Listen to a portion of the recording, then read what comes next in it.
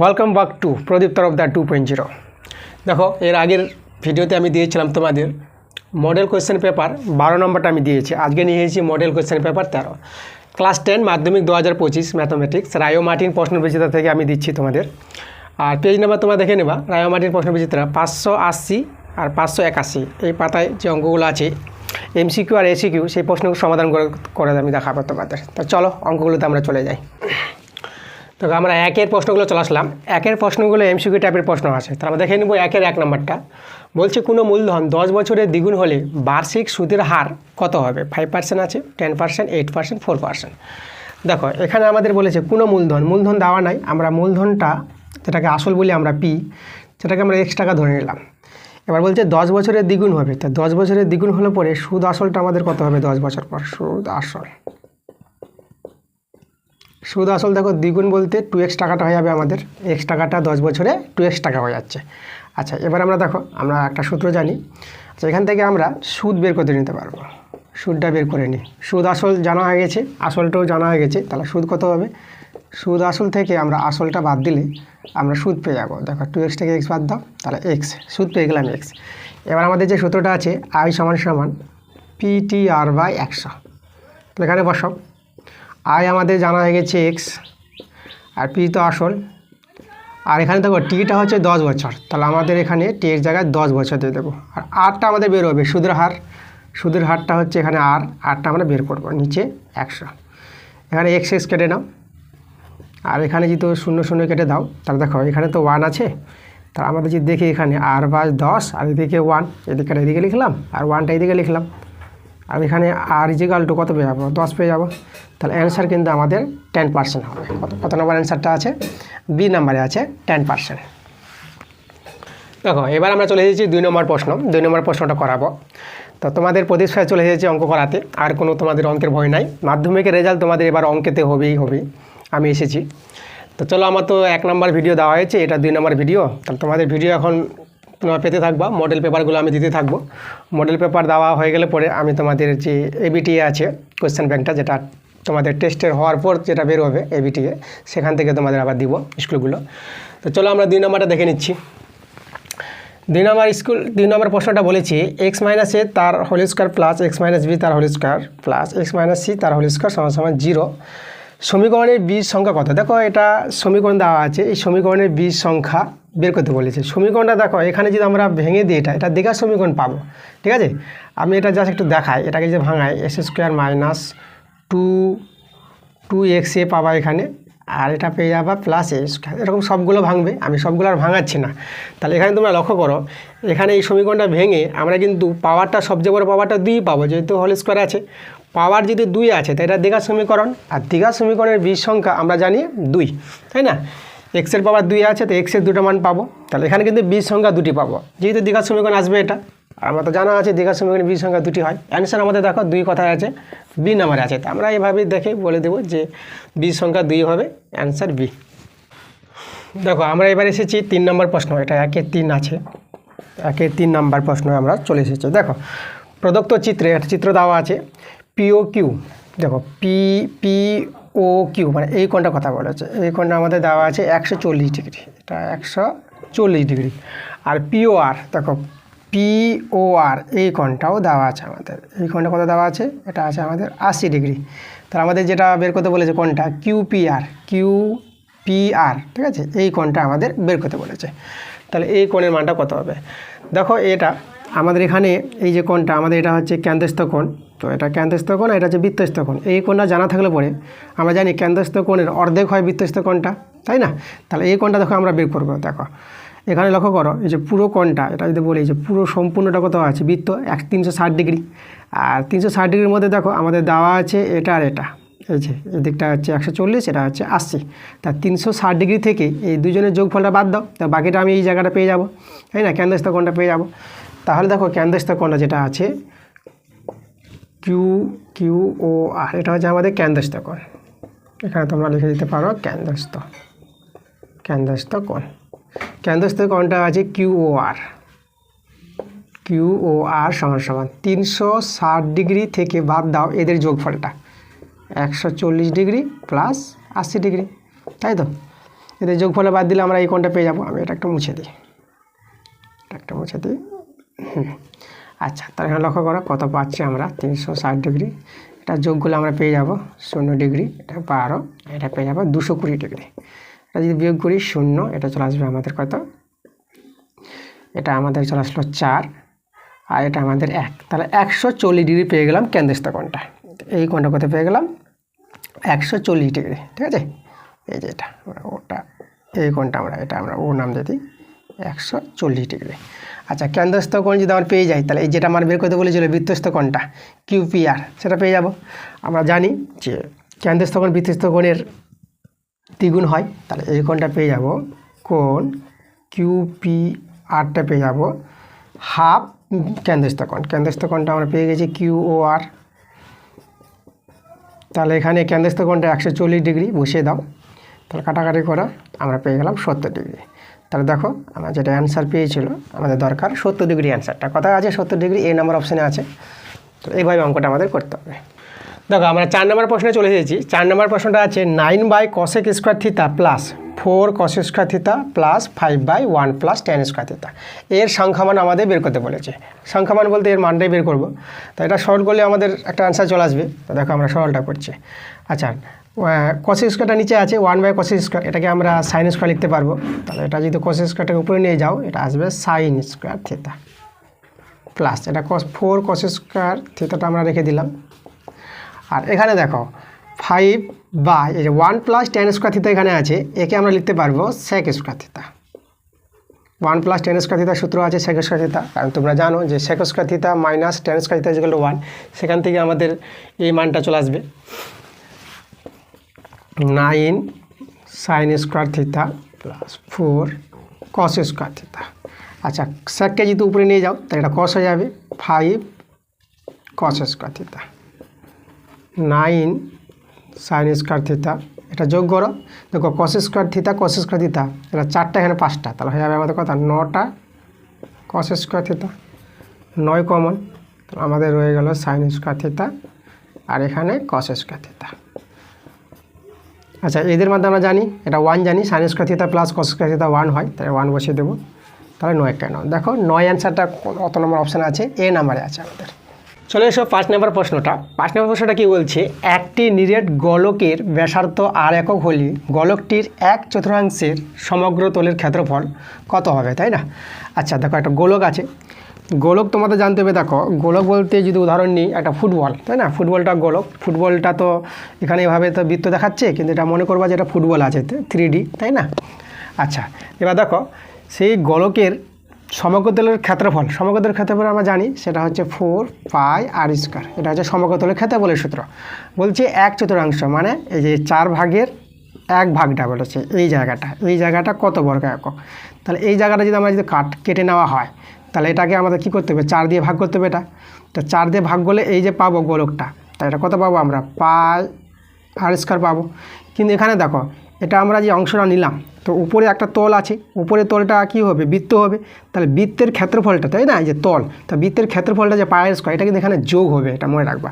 আমরা এই অংশটা পেয়ে গেলাম 1/4 বলতে πr²। আর উপরের তলটা যে বৃত্ত আছে, তাই না, যেহেতু সমতল, সেই বৃত্তের আবার ক্ষেত্রফলটা যোগ হবে। তাহলে πr² প্লাস πr², তাহলে কত হবে, যোগ করে দেখো তো 2πr²। কারণ অনেকে ভাববে যে না আমার 4 দিয়ে ভাগ করলে তো হয়ে যাবে, না 4 দিয়ে ভাগ করলে হবে না, কারণ উপরে যে তলটা থেকে গেল, তুমি যে কেটে নিবা অংশটা, সেই তলটা কিন্তু বৃত্ত হবে, তার আবার ক্ষেত্রফলটা তোমাকে যোগ করতে হবে। কারণ এখানে আমাদের পুরো ক্ষেত্রফলটার 4 ভাগের 1 ভাগ হবে πr², তার সঙ্গে আবার উপরের তলের বৃত্তের ক্ষেত্রফলটা যোগ করবো πr²। তাহলে πr² যোগ করে কত আসবে, 2πr²। তো অ্যান্সার হবে আমাদের 2πr²। দেখো কোথায় আছে অপশানে, আমাদের এই নম্বরে আছে 2πr² বর্গ একক। এটা হবে আমাদের অ্যান্সার। চলে আসলাম আমরা 6 নম্বর প্রশ্ন। দেখো তোমাদের বলে দিচ্ছি, অঙ্কগুলো যদি কোনো সমস্যা হয়, কোনো অসুবিধা হয়, তো তোমরা কমেন্ট করে নিশ্চয়ই জানাবা। অঙ্কগুলো কীভাবে তোমরা বুঝতে পারছো আমার অঙ্কগুলো ক্লাসে, তো তোমরা তাও কমেন্ট করে জানাবা। এবার কোন অঙ্কগুলো যদি কোনো সমস্যা হয়ে যায়, যে অঙ্কটা বুঝতে পারছো না, যেহেতু আমাকে একটু ভিডিওটা যেন বড় না হয়ে যায়, তাড়াতাড়ি আমাকে বোঝাতে হচ্ছে, তো বোঝানোর জন্য তোমরা যদি কোনো অঙ্ক বুঝতে না পারো, তাহলে কমেন্টে কিন্তু সেই অঙ্কের নাম্বারটা মেনশন করবা, তাই না? এটা তোমরা কমেন্ট করো আমার সঙ্গে। তো যাই হোক, তো চলো আমরা 6 নম্বর প্রশ্নটাতে চলে আসবো। তো 6 নম্বরটা কী বলছে দেখো, x1, x2, x3 কমা দিয়ে আছে x10। দেখো এখানে কিন্তু 10টা আমাদের পদ সংখ্যা আছে, হ্যাঁ 1 2 3 4 করে 10টা আছে। তাহলে এই যে রাশিগুলি দেওয়া আছে, তো এই রাশিগুলির গড় বলে দিয়েছে 20 হলে, তবে আবার একটা রাশি বলেছে x1 + 4, x2 + 4, আবার আছে কমা x3 + 4, কত আবার দেখো x10 + 4। এখানেও কিন্তু তোমরা দেখো 1 থেকে 10 অবধি আছে, এখানেও কিন্তু 10টা রাশি আছে। তাহলে এই রাশিগুলির গড় কত হবে? আচ্ছা, প্রথম যে রাশিগুলি দেওয়া ছিল তার গড়টা বলে দিয়েছে, তাহলে এই দ্বিতীয় যে রাশিটা আছে রাশিগুলির যোগফল, এর গড়টা আমাদের বের করতে বলতে, যোগফল বলতে আমাদের গড়টা বের করতে হবে। তা দেখো প্রথম রাশিগুলির গড় যখন দেওয়া আছে আমরা গড় বের করব, তো 1 থেকে 10টা পদ আছে, তাহলে 1 থেকে 10টা মানে আমরা কি করব, দেখো কিভাবে গড় পাওয়া যায়। তা রাশিগুলিকে যোগ করো, সবগুলো রাশিকে আমরা এভাবে যদি যোগ করে দিই, ডট ডট ডট কতগুলো রাশি আছে 1 থেকে 10টা, আর 10টা রাশি বলে তোমরা 10 দিয়ে ভাগ করবা। এভাবে যে কোনো রাশির তোমরা গড় নির্ণয় করতে পারবা, যতগুলো রাশি তাদের যোগফলটা, আর কতগুলো রাশি আছে 10টা রাশি আছে তা 10 দিয়ে ভাগ করে দাও। এভাবে আমরা রাশিগুলির গড় পেয়ে যাবো। আর এই গড়টা কত দেওয়া আছে? 20 দেওয়া আছে, তাহলে আমরা একে 20-র সঙ্গে সমান করে দিলাম। আচ্ছা, তাহলে এই মানটা আমরা কিন্তু দেখো পেয়ে গেলাম, এটা 20। এবার দেখো এখন আমাদের এটা যে দেওয়া আছে যে রাশির গড়টা নির্ণয় করতে পড়েছে এখন, আচ্ছা এটাকে আমি 1 নং দিয়ে রেখে দিলাম। আচ্ছা এখন দিয়ে দেখো x1 + 4, আচ্ছা এদের গড়টা আমি বের করছি, আমি যোগ দিয়ে দিচ্ছি একবারে, প্লাস এটা প্লাস x2 + 4, এটা প্লাস x3 + 4, এই যে এদেরও আমরা গড় বের করব। তো এখানে শেষেরটা আছে x10 + 4, ঠিক আছে? যে রাশিগুলির গড় বের করতে বলেছে সেটা কিন্তু গড় করছি। তার গড় কীভাবে হয়? প্রত্যেকটা রাশির যোগ করলাম, যোগ করার পর কতগুলি রাশি আছে 1 থেকে 10টা, তাই এখানেও কিন্তু 10টা রাশি আছে, 10 দিয়ে আমরা ভাগ করে দিলাম। তাহলে এই মানটা আমাদের বের করতে হবে, কত হবে? দেখো এই মানটা আমরা কী করে বের করব? এখানে দেখো আমরা দেখো x1 + x2গুলো আমরা এক জায়গায় করছি, প্লাস x3 প্লাস চলছে প্লাস x10 এক জায়গায় করলাম। আর এখানে দেখো 4 এই যে আছে 4, প্রত্যেকের সঙ্গে 4 যোগ আছে, তাহলে 4 যে যোগ আছে 4 কটা যোগ আছে? তাহলে এখানে 4 করতে হচ্ছে 10টা পদ আছে, তা 4 10টা যোগ আছে, তা 10টা 4-এ কত হবে? আমরা 4কে 10 দিয়ে গুণ করে দাও, তা 40 পাবা, ঠিক আছে? প্রত্যেকটা 4 যদি যোগ করি 10টা 4-এ যোগ করে 40, সেটা আমরা 10 দিয়ে গুণ করলে আমরা একবারে হয়ে যাবে। আচ্ছা এভাবে হবে। আর নিচে আমাদের যে 10 ছিল, তাহলে দেখো আমরা 10টা আমরা একে 10 দিয়ে দিলাম, আর এখানে আবার 10 দিয়ে দিলাম, ভাগ করে দিলাম 10টা আমরা এদের রাশিগুলোর যোগফলকে 10 দিলাম নিচে, আর এই যে এখানে ছিল 4টা 10, তাকে আমরা নিচে 10 দিয়ে দিলাম। ভগ্নাংশে যোগফল করলে ফিরে আসবে, আবার কোনো অসুবিধা নাই। দেখো এর মানটা তোমাদের কিন্তু জানা আছে, এই যে এর মানটা কত জানা আছে? 20। তাহলে আমরা এখানে 20 বসিয়ে দিলাম, আর প্লাস, আর এটা আমরা একটু সরল করে নিই। তো এখানে দেখো 10 10 কেটে গেল, তাহলে এটা আমাদের থেকে গেল 4, 20 আর 4 যোগ করো 24। তাহলে যে প্রদত্ত রাশির যে গড় বের করতে বলেছিল সেই রাশিটার গড় আমরা কিন্তু 24 পেয়ে গেলাম। তা দেখো অ্যান্সার কথা 24 আছে, বি নাম্বার অ্যান্সারটা। চলে আসলাম দুইয়ের প্রশ্নগুলো আছে তোমাদের শূন্যস্থান পূরণ করো। তা শূন্যস্থান পূরণ করা অঙ্কগুলো আমরা দেখে নেব। 2-এর 1 নম্বরটা কী বলছে? বার্ষিক x% সরল সুদের হারে কোনো টাকা y বছরে m গুণ হলে ড্যাশ বছরে n গুণ হবে, তাই না? মানে ড্যাশ বছর বলতে কত বছরে n গুণ হবে। কোনো টাকা আমরা সেই টাকাটাকে ধরে নেব, কোনো একটা টাকা, আর সুদের হারটা এখানে x% দেওয়া আছে, আর y বছরে m গুণ হবে। তাহলে দেখো কত বছরে সেটা n গুণ হবে। আচ্ছা যাই হোক, তাহলে আমরা প্রথমটা দেখো যেটা বলেছে y বছরে m গুণ হচ্ছে, তাহলে আমরা টাকাটাকে আসলটাকে আমরা যেহেতু xy দেওয়া আছে, তাহলে আমরা z ধরে নেব আসলটা। তো আসলটা যদি z হয়ে যায়, তাহলে আমাদের দেখো y বছরে m গুণ হচ্ছে, তাহলে সুদ আসলটা কত হবে? সুদ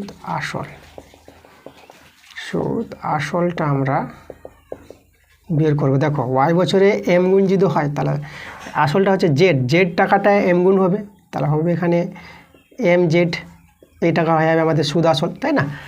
এই যে আসলটা z টাকাটা y বছরে m গুণ হলে পরে আমাদের সুদ আসলটা কোথায় যাবে? mz হয়ে যাবে।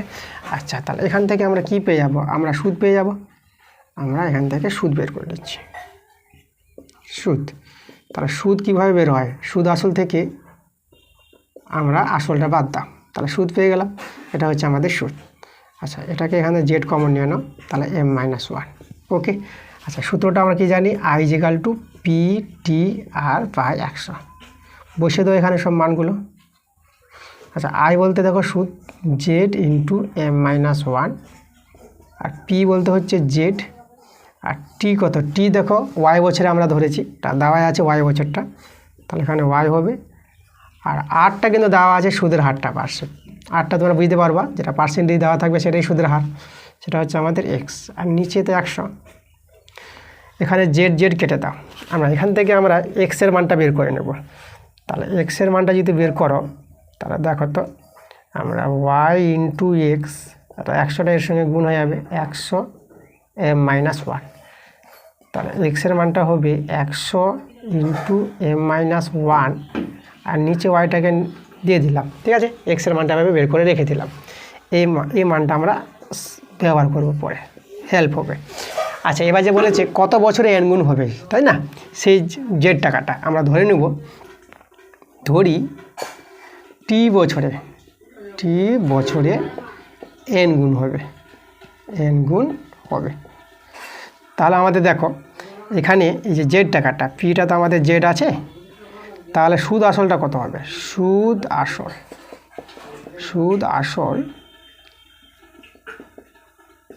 আসলটা হয়ে যাবে আমাদের, দেখো এন গুণ বলেছিল, তাহলে আমাদের হয়ে যাবে এন জেড, তাই না, টি বছরে। আর এখানে দেখো আমরা এবার সুদটা এখানে বের করি আগের মতো, আসল জানা হয়ে গেছে, সুদ আসল জানা হয়ে গেছে, সুদ কত, তাহলে সুদ হবে সুদ আসল থেকে আসলটা বাদ, তাহলে এখান থেকে জেড কমন নিয়ে নাও, তাহলে এখানে n-1 দাঁড়িয়ে যাবে। এখান থেকে আমরা সূত্র ফেলে দেব, আই সমান সমান পিটি আর বাই 100, ওকে, বসাও, আই তো হচ্ছে আমাদের এটা জেড ইন্টু n-1, আর এখানে মানগুলো বসাও, এখানে মান পি এর মান হচ্ছে জেড, আর টি তো টি এর মানটা কিন্তু বের হবে কত বছরে বলেছিল, এখান থেকে টি এর মানটা বেরিয়ে আসবে দেখো, আর কিন্তু এক্স আছে, আর নিচে 100, আবার এখানে জেড জেড কেটে দাও। তাহলে আমরা দেখো আমরা করব কি, এটা আমরা এখানে দেখাই সরলটা একটু, এই জায়গায় চলে আসে, ঠিক আছে,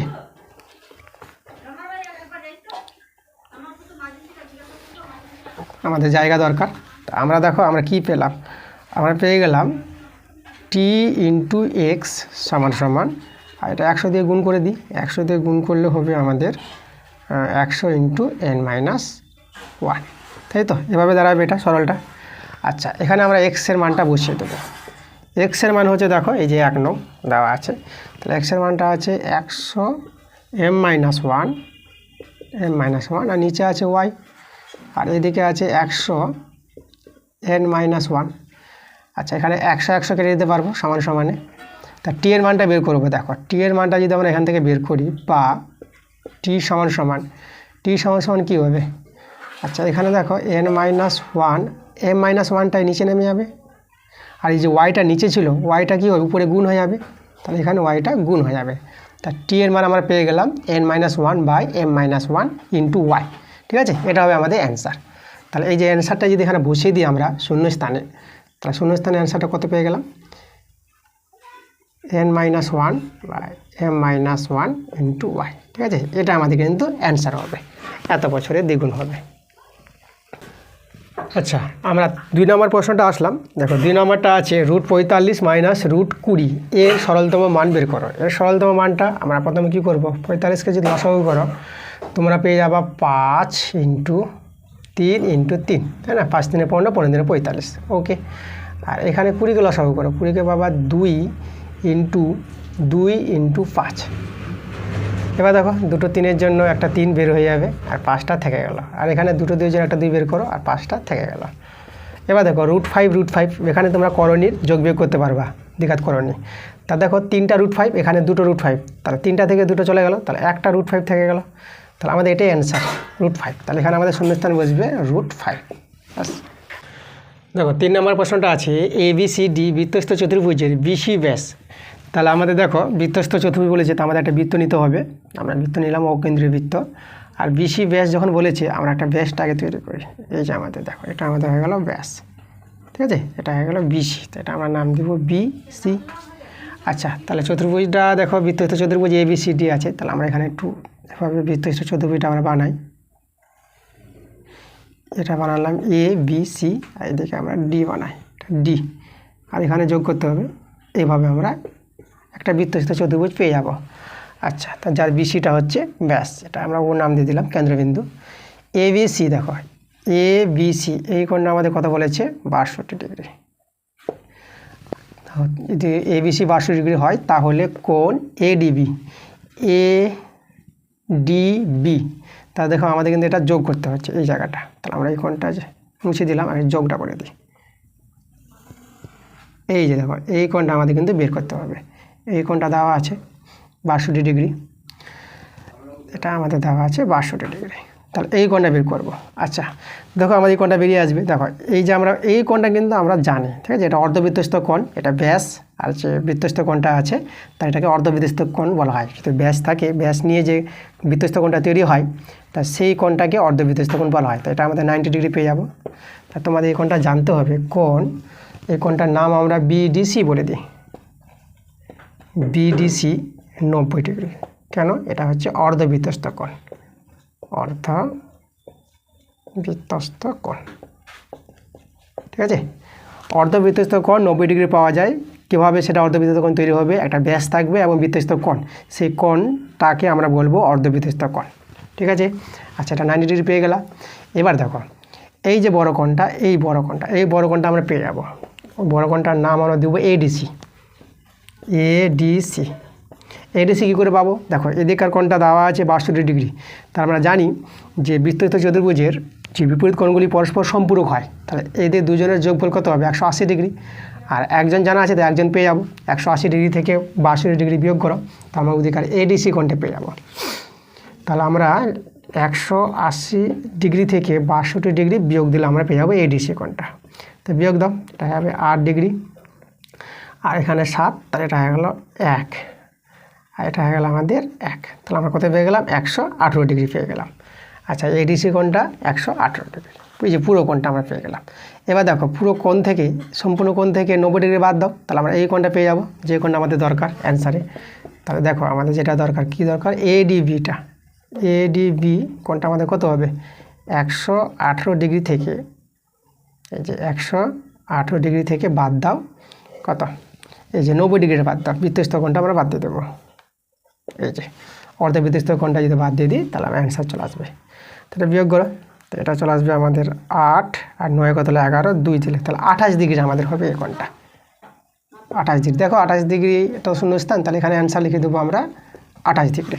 এভাবে অঙ্কটা হবে। দেখো 4 নম্বর প্রশ্নে চলে এসেছি আমরা। 4 নম্বর আছে sine 1 degree by cos 89 degree plus sine 3 degree by cos 87 degree plus dot dot sine 87 degree by cos 3 degree plus sine 89 degree by cos 1 degree, এর মান কত হবে? শূন্যস্থান পূরণ। তাহলে আমরা দেখো এটাকে আমরা যদি ভেঙে দিই, সাইনকে যদি বলি, সাইন এটাকে লিখব 90 ডিগ্রি মাইনাস 89 ডিগ্রি, ঠিক আছে। 1 ডিগ্রি লিখলাম, 90 ডিগ্রি মাইনাস 89 ডিগ্রি, বিয়োগ করলে 1 ডিগ্রি পাবো, এটা ভেঙে নিলাম। আর নিচে হবে কস কত আছে এখানে? 89 ডিগ্রি আছে, কস 89 ডিগ্রি, ঠিক আছে। একইভাবে এটাকে ভেঙে নিই আমরা, এটা আমরা লিখতে পারবো সাইন 90 ডিগ্রি মাইনাস 87 ডিগ্রি, 90 থেকে 87 বাদ দিলে 3 ডিগ্রি পেয়ে যাবা। এটা কস আছে 87 ডিগ্রি। আচ্ছা ডট ডট ডট ডট দিয়ে এবার এটাকে দেখো, এটাকে লিখবো সাইন 90 ডিগ্রি মাইনাস 3 ডিগ্রি, বিয়োগ করলে 87 ডিগ্রি পাবা। আর নিচে আছে কস 3 ডিগ্রি। এবার শেষেরটা দেখো, শেষেরটাকে লিখবো সাইন 90 ডিগ্রি মাইনাস 1 ডিগ্রি, আর নিচে আছে কস 1 ডিগ্রি, ঠিক আছে। আচ্ছা মানে এখানে যেটা বিয়োগ আসছে তোমরা লক্ষ্য করবা, এখানে 89 তো 89 মিলবে, এটা 87 দেখো মিলে যাবে এটা।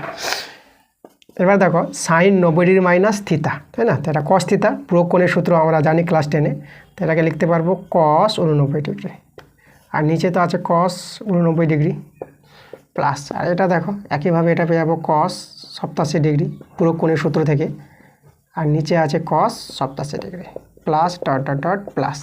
একইভাবে এখানে কত পাবো? কস 3 ডিগ্রি, নিচে আছে কস 3 ডিগ্রি, উপর নিচ কিন্তু সমান চলে আসছে এখানে।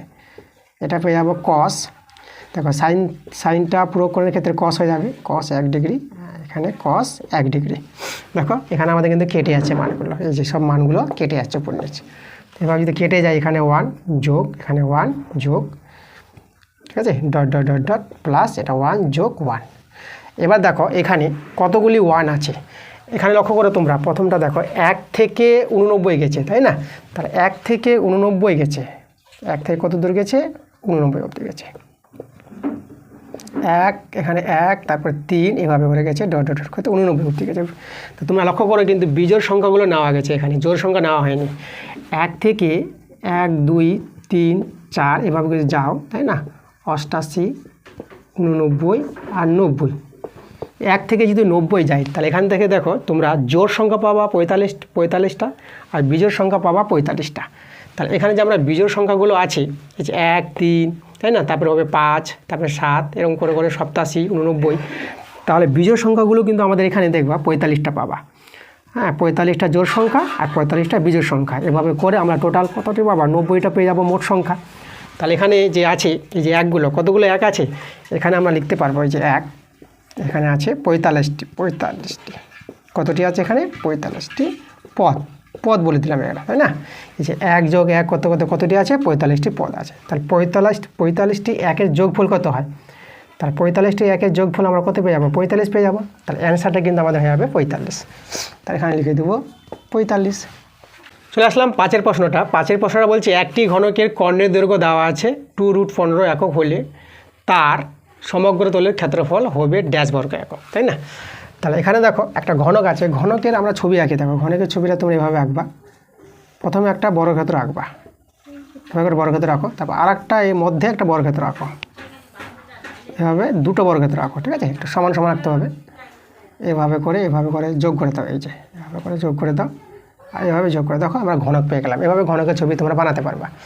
তা ঘনকের কর্ণের দৈর্ঘ্য দেওয়া আছে, তাই না? এই যে ঘনকটার কর্ণ দৈর্ঘ্য, এভাবে যদি আমরা কর্ণটা টেনে নিই, কর্ণের দৈর্ঘ্য আমাদের দেওয়া আছে।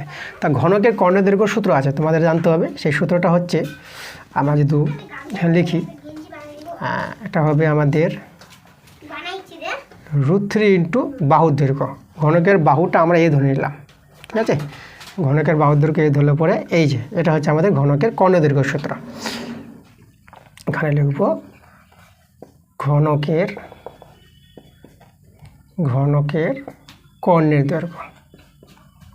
কর্ণের দৈর্ঘ্য সমান সমান √3a, ঠিক আছে? এটা আমাদের সূত্র। আচ্ছা, তাহলে এই মানটা আমাদের দেওয়া আছে। কর্ণের দৈর্ঘ্য দেওয়া আছে, তাহলে আমরা এটা দেখো √3a সমান সমান, এটাকে ভাঙাও, এটা পাবা √5 ইন্টু √3, 5 3 15, এভাবে ভেঙে আসবে। দ্বিঘাত করে নিই নিয়মটা। এখানে √3 কেটে দাও। তো এই যে ঘনক এর মানটা আমরা বাহুর দৈর্ঘ্যটা পেয়ে যাচ্ছি 2√5, ঠিক আছে? বাহুর দৈর্ঘ্য পেয়ে গেলাম। আচ্ছা, ঘনকের সমগ্র তলের ক্ষেত্রফল সূত্রটা হয় 6 ইন্টু বাহুর স্কোয়ার, 6a²। বাহু যদি এ হয় তাহলে 6a²। এটা হচ্ছে ঘনকের সমগ্র তলের ক্ষেত্রফল সূত্র। সমগ্র তল হচ্ছে সবগুলো তলের ক্ষেত্রফল, সমগ্র তল। তাহলে আমরা তো বাহুর দৈর্ঘ্য পেয়ে গেছি। বাহুর দৈর্ঘ্য পেয়েছি 2√5, বসিয়ে দাও। 6 ইন্টু 2 বর্গ 4, আর এখানে আমাদের √5 স্কোয়ার করলে রুটটা উঠে যাবে, 5টা থেকে যাবে। তাহলে এখানে দেখো এটা আমরা 4 5 20 পেয়ে গেলাম, আর এটা 6 দিয়ে 12, 120। তাহলে অ্যান্সারটা যে ঘনকের সমগ্র তলের ক্ষেত্রফলটা, সেটা আমরা কত পেয়ে গেলাম? 120 বর্গ একক। দেখো 6 নম্বর প্রশ্নটা আছে মানের ঊর্ধ্বক্রমে সজ্জিত, এখানে সজ্জিত তো হবে সজ্জিত 2n+1 সংখ্যক সংখ্যার মধ্যমা ড্যাশ মান কত হবে? মধ্যমাটা যেখানে nটা বলে দিয়েছে একটি স্বাভাবিক সংখ্যা। দেখো n যদি স্বাভাবিক সংখ্যা হয় তো মানের ঊর্ধ্বক্রমে আছে, তাহলে এখানে nটা স্বাভাবিক সংখ্যা বলতে 1 থেকে শুরু হয়, 1 2 3 4 এভাবে চলবে স্বাভাবিক সংখ্যা। তাহলে 1 2 3 4 এভাবে যেতে যেতে যেতে কত দূর যাবে আমাদের? 2n+1 এত থেকে আমাদের বলেছে। তাহলে এদের মধ্যমা বের করতে হবে। দেখো মধ্যমা আমরা কীভাবে বের করব? এখানে দেখো স্বাভাবিক সংখ্যার মধ্যমা বের করার যেটা নিয়ম আছে, এখানে লিখব আমরা মধ্যমা। স্বাভাবিক সংখ্যার মধ্যমা হচ্ছে প্রথম পদ যোগ শেষ পদ বাই 2, এভাবে আমরা যোগ করতে। প্রথম পদ কত আছে? 1 আছে, আর শেষ পদ আছে 2n+1। দেখো এটা কিন্তু বিজোড় সংখ্যা, লক্ষ্য করে তোমরা 2n+1টা কি বিজোড় সংখ্যা? দেখো আমাদের কতগুলি এখানে আছে, যতগুলি পদ সংখ্যা আছে সেই পদ সংখ্যাটা আছে বিজোড় সংখ্যা, তাই না? বিজোড় সংখ্যা এবং স্বাভাবিক সংখ্যাগুলো আছে এগুলো। তো স্বাভাবিক সংখ্যার যে মধ্যমা আমরা পাবো প্রথম পদ যোগ শেষ পদ বাই 2, এভাবে কিন্তু মধ্যমা মান বের হয়। তাহলে এটা যোগ করে দাও। তাহলে এটা 2n+1 বাই 2, 1 1 যোগ করে 2 প্লাস 2n বাই 2, এখানে 2 কমন নিয়ে নাও, 1 + n, আর নিচে 2 2 2 কেটে গেল। তা আমরা কত পেয়ে গেলাম 1 প্লাস এন। 1 প্লাস এনটাকে আমরা n প্লাস 1 লিখে দিই, তাহলে অ্যান্সারটা কিন্তু আমাদের n প্লাস 1, এখানে লিখব n প্লাস 1, এটা আমাদের উত্তর। এবার আমরা 3-এর প্রশ্নগুলো আসলাম। 3-এর প্রশ্নগুলো কিন্তু সত্য মিথ্যা আছে, আমরা দেখে নেব যে কোনটা সত্য কোনটা মিথ্যা।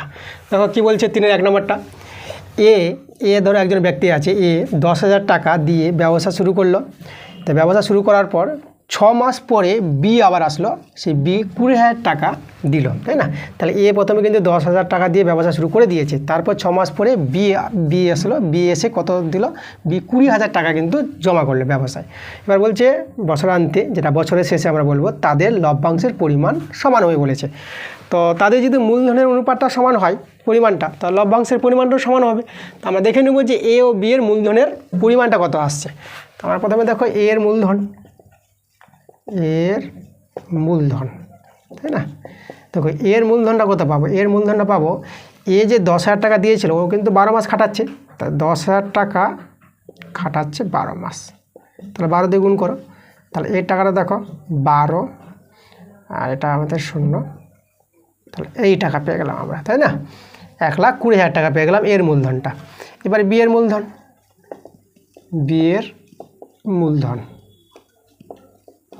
বিয়ের মূলধন দেখো, বি কিন্তু 6 মাস পরে এসেছিলো, 6 মাস পরে 20,000 টাকা জমা করলো। তা 6 মাস পর, 1 বছরের মধ্যে 6 মাস পর, তো 6 মাস থেকে কেটে গেল, তো বাকি ক মাস থাকলো, বাকি দেখো 12 থেকে যে 6 বাদ দাও, 12 মাস থেকে 6 মাস বাদ দিলে বাকি কিন্তু 6 মাসই আছে। তাহলে বিয়ের যে 20,000 টাকাটা কত মাস খাটলো, 6 মাস খাটলো। তাহলে এখানে দেখো বিয়ের 20,000 টাকাটা আমাদের কত মাস খেটেছে, 6 মাস খেটেছে। তাহলে এভাবে মাসটা গুণ করো, এর মূলধনটা পেয়ে যাব। তাহলে এখানে 12, তাহলে 0 3টা 0, তাহলে এখানে দেখো বিয়ের মূলধনে কত পেয়ে গেলাম, 1,20,000 টাকা পেয়ে গেলাম। তো দেখো এরও মূলধন 1,20,000 টাকা আর বিয়ের মূলধন 1,20,000 টাকা, তাহলে দুটো টাকা তো সমান, যখন মূলধন সমান তো তাদের লভ্যাংশের পরিমাণও সমান হবে। তাহলে কিন্তু এই যে বলেছি লভ্যাংশের পরিমাণ সমান, তো এটা কিন্তু অ্যান্সারটা ঠিক আছে, তো এটা আমরা বলে দেবো সত্য, এটা অ্যান্সার কত হবে, সত্য। দেখো আমরা চলে আসলাম 3-এর 2 নম্বর প্রশ্নটা। 3-এর 2 নম্বর প্রশ্নটা বলছে যদি এক্স ভেরিয়েস ওয়াইয়ের মাথায় 3/2 হয়, তবে ওয়াই ভেরিয়েস এক্সের মাথায় 2/3 আছে। ভেরিয়েস বলতে ভেদকে আমরা ভেরিয়েস বলি। এত হবে, দেখো যে এত হয় তাহলে কি এটা হবে, যদি এত থেকে যদি এটা হয় তাহলে আমাদের সত্য, আর যদি না হয় এটা তাহলে মিথ্যা। তা আমরা চেক করে দেখব, চলো আমরা চেক করি। এটাকে দেখো আমরা কীভাবে লিখব, যদি আমরা ভেরিয়েস উঠাই, ভেদ যদি উঠিয়ে দিই তাহলে সমান সমান নিয়ে আসবা, আর একটা ধ্রুবক সংখ্যা চলে আসবে, আর ওয়াইয়ের মাথায় কত আছে 3/2। এবার এখান থেকে দেখো এখানে প্রথমে ওয়াইটা আছে, তো আমরা এখান থেকে কী করবো, ওয়াইয়ের মানটা বের করার চেষ্টা করবো। তাহলে ওয়াই 3/2, কেটাকে আমরা নিচে নিয়ে আসবো, তাহলে 1/k এক্স। এবার দেখো শুধু ওয়াই লিখলাম, পাওয়ারটা আমরা এদিকে নিয়ে আসবো, পাওয়ার এদিকে নিয়ে আসলে পরে 1/k, পাওয়ারটা কিন্তু উল্টে যাবে, 3/2 ছিল, তো পাওয়ার যদি এদিকে আসে সূচকের নিয়মে, তাহলে পাওয়ারটা কী হয়, উল্টে যায়, 3/2টা হয়ে যাবে 2/3। তাহলে এখানে একটু সরল করে নিই, তাহলে 1/k এরও পাওয়ারটা দিলাম 2/3, আর এক্সের পাওয়ারে দিয়ে দিলাম 2/3, পাওয়ারটা আমরা ভেঙে নিলাম সূচকের নিয়মে এগুলো। তাহলে ওয়াই সমান সমান, দেখো এই যে ধ্রুবক সংখ্যাটা এটাকে আমরা এম ধরে নিলাম, তাহলে এক্সের মাথায় 2/3। তাহলে এখানে দেখো আমরা লিখবো, তাহলে এম সমান সমান কত লিখেছি, 1/k তার মাথায় 2/3। এটা কিন্তু শূন্য হবে না, এরা শূন্য ছাড়া। আচ্ছা, তাহলে এখানে দেখো এবার এটাকে আমরা অতএব দিয়ে, দেখো ইকুয়াল আর ধ্রুবক সংখ্যা আছে দুটো, চলো তাহলে একে আমরা ভেদ করতে পারবো। তাহলে ওয়াই ভেরিয়েস, ঠিক আছে, ধ্রুবকটা আর ইকুয়ালটা উঠে যাবে, তাহলে আমাদের চলোটা থেকে যাবে এক্সের মাথায় 2/3। দেখো এটা কি আমাদের মিলেছে, দেখো এটাই কিন্তু আমাদের আছে, মিলে গেছে, তাহলে এখানে আমাদের অ্যান্সারটা কী হবে, সত্য। তাহলে এটা আমরা পেয়ে গেলাম সত্য, ঠিক আছে। আচ্ছা, আমরা চলে আসলাম 3 নম্বর প্রশ্নটা, 3-এর 3 বলছে দেখো সাধারণ স্পর্শকের একই পাশে বৃত্ত দুটি অবস্থিত হলে স্পর্শকটি তির্যক সাধারণ স্পর্শক বলে। আচ্ছা দেখো আমাদের কি বলেছে, সাধারণ স্পর্শকের একই পাশে বৃত্ত দুটি আছে। তাহলে দেখো আমরা ছবিটা আঁকবো, আমাদের একটা বৃত্ত আঁকলাম, ঠিক আছে, এভাবে একটা স্পর্শক, এখানেই একটা বৃত্ত তৈরি করবো, এইভাবে করে একটা বড় বৃত্ত আছে এই জায়গায়। তাহলে এখানে আমাদের একটা স্পর্শক আছে। তাহলে দেখো এই যে দেখো সাধারণ স্পর্শক আর একই দিকে, দেখো একই দিকে দুটো বৃত্ত বলে দিয়েছে, একই পাশে বৃত্ত দুটি অবস্থিত। দেখো একই পাশে দুটো বৃত্ত অবস্থিত আছে, এখানে কেন্দ্রবিন্দু, আমরা এখানে কেন্দ্রবিন্দু দিয়ে দিলাম। তাহলে এই যে স্পর্শটা তৈরি হলো, তাই না, এটাকে যদি আমরা এ বি নাম দিই, এই যে AB স্পর্শকটাকে কি আমরা স্পর্শকটিকে তির্যক সাধারণ স্পর্শক বলবো? এটাকে দেখো তির্যক সাধারণ স্পর্শক বলবো না, এটা শুধু আমাদের সাধারণ স্পর্শক। এর নাম কি? এর নাম হচ্ছে সাধারণ স্পর্শক। সাধারণ স্পর্শক, ঠিক আছে, স্পর্শক। এটা কিন্তু তির্যক নয়, তাহলে এটা অ্যান্সারটা মিথ্যা। আচ্ছা দেখো তির্যক কোনটা হবে আমি একটু দেখাই। তির্যক এভাবে হবে, এভাবে একটা বৃত্ত আঁকলাম, ধরো এভাবে একটা বৃত্ত আঁকলাম। তির্যক স্পর্শক তোমরা এভাবে পাবা। এদিকে যদি এখান থেকে এভাবে টাচ করে এই যে স্পর্শকটা, এটা যদি আমরা ST নাম দিই, তাহলে এই যে STটা কিন্তু তির্যক স্পর্শক। এভাবে তো তৈরি হয়নি এটা, তাই না? আর তির্যক আছে একটা সরল সাধারণ স্পর্শক আছে। দেখো সরল সাধারণ স্পর্শকটা বলে দিই, আচ্ছা এখানে লিখে দিই, এটা হচ্ছে আমাদের তির্যক স্পর্শক। তির্যক স্পর্শক, ঠিক আছে, তির্যক স্পর্শক। আর একটা আছে সরল সাধারণ স্পর্শক। আমি এখানে দেখাই, এই একটা বৃত্ত আর এই একটা বৃত্ত, আর এইভাবে যদি স্পর্শকটা তৈরি হয়, এটাকে আমরা কি নাম দেবো? এটাকে আমরা ধরো AMN নাম দিয়ে দিই, AMN। তাহলে এই যে স্পর্শকটা, এর নাম কী হবে? এটা হচ্ছে আমাদের সরল সাধারণ স্পর্শক। সরল সাধারণ স্পর্শক, ঠিক আছে, এভাবে তোমাদের জানতে হবে। ঠিক আছে, এটা হচ্ছে সাধারণ স্পর্শক, আর এটাকে বলবো তির্যক স্পর্শক, আর এই যে এটা হয়ে গেল এটা সরল সাধারণ স্পর্শক। এভাবে জানতে হবে। তাহলে আমাদের কিন্তু এখানে সাধারণ স্পর্শক তৈরি হবে, তির্যক হবে না। তাহলে অ্যান্সারটা কী হবে? এটা মিথ্যা হবে, মিথ্যা। প্রদত্ত যে বক্তব্যটা বলেছিল এটা মিথ্যা। দেখো 4 নম্বর প্রশ্নটা কি বলছে, একটি রশ্মির প্রান্তবিন্দুকে কেন্দ্র করে রশ্মিটিকে ঘড়ির কাঁটার দিকে ঘোরার জন্য উৎপন্ন কোণটি ধনাত্মক হবে। দেখো একটা রশ্মি আমরা স্থানাঙ্ক জ্যামিতি তৈরি করি, x অক্ষ, এটা হচ্ছে y অক্ষ। তাহলে দেখো এটাকে যদি আমরা রশ্মি ধরে নিই, এটা হচ্ছে O বিন্দু, তাহলে এটা হচ্ছে ধরো OX আমাদের ধরো রশ্মিটা। তাহলে এই OX রশ্মিকে আমরা ঘড়ির কাঁটার দিকে ঘোরাবো। তা ঘড়ির কাঁটা দেখো, ঘড়ি কীভাবে ঘুরে? ঘড়ি তো এভাবে ঘুরে, তাই না? একটা ঘড়ি কীভাবে ঘুরবে? এই দিকে ঘুরবে, ঘড়ির কাঁটার দিকে ঘুরবে। তাহলে ঘড়ির কাঁটা যদি এভাবে ঘুরি, তাহলে দেখো তাহলে এই রশ্মিটা কীভাবে যাবে? এই যে এইদিকে যাবে, এই যে এদিকে যদি আমরা X ড্যাশ নিয়ে নিই, তাহলে এভাবে কিন্তু আসবে এই যে কোণটা, ঠিক আছে। তাহলে এই যে কোণটা তৈরি হচ্ছে, এই কোণটা বলেছে ধনাত্মক হবে বলেছে। তা লক্ষ্য করো আমাদের এই যে X অক্ষের যদি নিচের দিকে নামে, তাহলে কোণ কিন্তু ধনাত্মক তৈরি হয় না, কোণ কিন্তু ঋণাত্মক তৈরি হবে। X অক্ষের এই দিকে দেখো, এই দিকে আমাদের কী হয়? ধনাত্মক হয়, উপরে ধনাত্মক আর নিচে ঋণাত্মক। তোমরা ক্লাস 9-এ তোমরা দেখেছো, লেখচিত্র তোমরা পড়েছো। তো সেভাবে অনুযায়ী কিন্তু আমাদের এদিকে ঋণাত্মক হবে। এই কোণটা যে আসবে, এটা যদি বলি -θ আসবে মানগুলো। তাহলে এখানে যে বলেছে কোণটি ধনাত্মক হবে, এটা কিন্তু হলো না। প্রদত্ত বক্তব্যটি এটা মিথ্যা হবে অ্যান্সারটা। তাহলে এখানে আমরা কী লিখে দেবো? মিথ্যা লিখে দেবো, মিথ্যা অ্যান্সার। এবার চলে এসেছি 3-এর 5-এর প্রশ্নটা। দেখো কী বলছে, 7 সেমি ব্যাসযুক্ত একটি নিরেট অর্ধগোলকের সমগ্র তলের ক্ষেত্রফল 77 বর্গ সেমি। আচ্ছা আমরা অর্ধগোলকের সমগ্র তলের ক্ষেত্রফলটা বের করব। 7 সেমি ব্যাস, এখানে ব্যাস বলেছে 7 সেমিতে, ব্যাসার্ধ 7/2 পেয়ে যাবো। তাহলে এভাবে বের করে যদি সমগ্র তলের ক্ষেত্রফল 77 আসে তাহলে সত্য, আর 77 যদি না আসে তাহলে মিথ্যা। তা দেখো অর্ধগোলক কীভাবে তৈরি হয়। এই যে অর্ধগোলক আমরা একটা তৈরি করলাম, এই যে অর্ধগোলক, ঠিক আছে, এটা এই যে অর্ধগোলক নিই। তা অর্ধগোলক তৈরি হয় এভাবে, কিন্তু এটা কিন্তু একটা বাটির আকারটা ধারণ করবে। তাহলে আমরা যদি বলি এভাবে, সরি, আচ্ছা এইভাবে আমরা তৈরি করছি। এই যে বাটিটা, এটা মুছে দিলাম আমরা, এই জায়গাটা মুছে দিলাম, ঠিক আছে। এটা আমাদের ধরো অর্ধগোলক। তাহলে অর্ধগোলকের ব্যাস বলে দিয়েছে এই যে ব্যাসটা, ঠিক আছে। এটা যদি আমরা AB বলি, তাহলে ব্যাস বলে দিয়েছে, এটা O নাম দিয়ে দিলাম। তাহলে ব্যাসার্ধ আমরা R ধরেন, আর তাহলে এখানে 8টা কত হবে? আমাদের এখানে 8টা আসবে, ব্যাসের অর্ধেক 7/2, এটা আমাদের কিন্তু R চলে আসলো। এবার দেখো অর্ধগোলকের সমগ্র তলের ক্ষেত্রফলের যে সূত্রটা, সেটা তোমাদের জানতে হবে 3πr²। এটা তোমাদের জানতে হবে। দেখো কী করে হয় এটা 3πr²? দেখো সমগ্র তলের ক্ষেত্রফলের সূত্র, গোলকটা যে পুরোটা গোলক, যেটা ফুটবলকে আমরা গোলক বলবো, তাহলে পুরো সমগ্র তলের ক্ষেত্রফলটা হয় 4πr²। এটা যদি সমগ্র তলের ক্ষেত্রফল হয়, তাহলে অর্ধেক তোমরা কি জানো? অর্ধেক মানে 2 দিয়ে ভাগ। তাহলে 2 দিয়ে ভাগ করলে কত পাবা? এখানে পেয়ে যাবা 2 দিয়ে 4, মানে 2πr² পেয়ে যাবা, তাই না? আচ্ছা 2πr² যে পেয়ে যাচ্ছ, দেখো এখানে 2 আসবে, 2πr²। তাহলে এখানে লক্ষ্য করো এই যে গোলকটা, এই যে তুমি অর্ধেকটা নিলা, তাই না? এই যে অর্ধেকটা নিলা, তাহলে এই যে বৃত্তটা আছে এই জায়গাটা, তাহলে এই জায়গাটা তোমাকে নিতে হবে। এই যে বাটি, যেটা ঢাকনা দিয়ে তুমি ঢাকাতে পারবা, তো এটা তো একটা বৃত্ত আছে। তার অর্ধেকটা হচ্ছে এটা, আর পুরো যে বৃত্তটা আছে এটা আমাদের যোগ হবে। তো এটা যোগ হবে আমাদের πr² যোগ হয়ে যাবে এখানে। তো যোগ হয়ে কোথায় যাবে? দেখো তো 3πr²। তাহলে এই যে বক্রতলটা আর এই যে বৃত্তের যে তলটা, দুটো তল নিয়ে আমাদের হবে অর্ধগোলকের সমগ্র তলের ক্ষেত্রফল, যেটা আমরা পেয়ে যাবো 3πr²। তাহলে আমাদের এটা জানতে হবে যে অর্ধগোলকের সমগতলের ক্ষেত্রফলের সূত্র 3πr²। তাহলে চলো এখানে মানগুলো বসিয়ে দাও। তাহলে মান যদি বসাও তাহলে দেখো আমি এখানে বসাচ্ছি, ঠিক আছে। এই যে তাহলে আমাদের সূত্রটা হচ্ছে 3πr², 3 গুণিত পায়ের মান 22/7 বসাবা, আর কিন্তু আমরা পেয়ে গেছি 7/2, এটা দুবার বসবে 7/2। তাহলে এখানে 7 কেটে দাও, এটা যদি কেটে দিয়ে আমরা দেখো এটা 11 পেয়ে যাবো।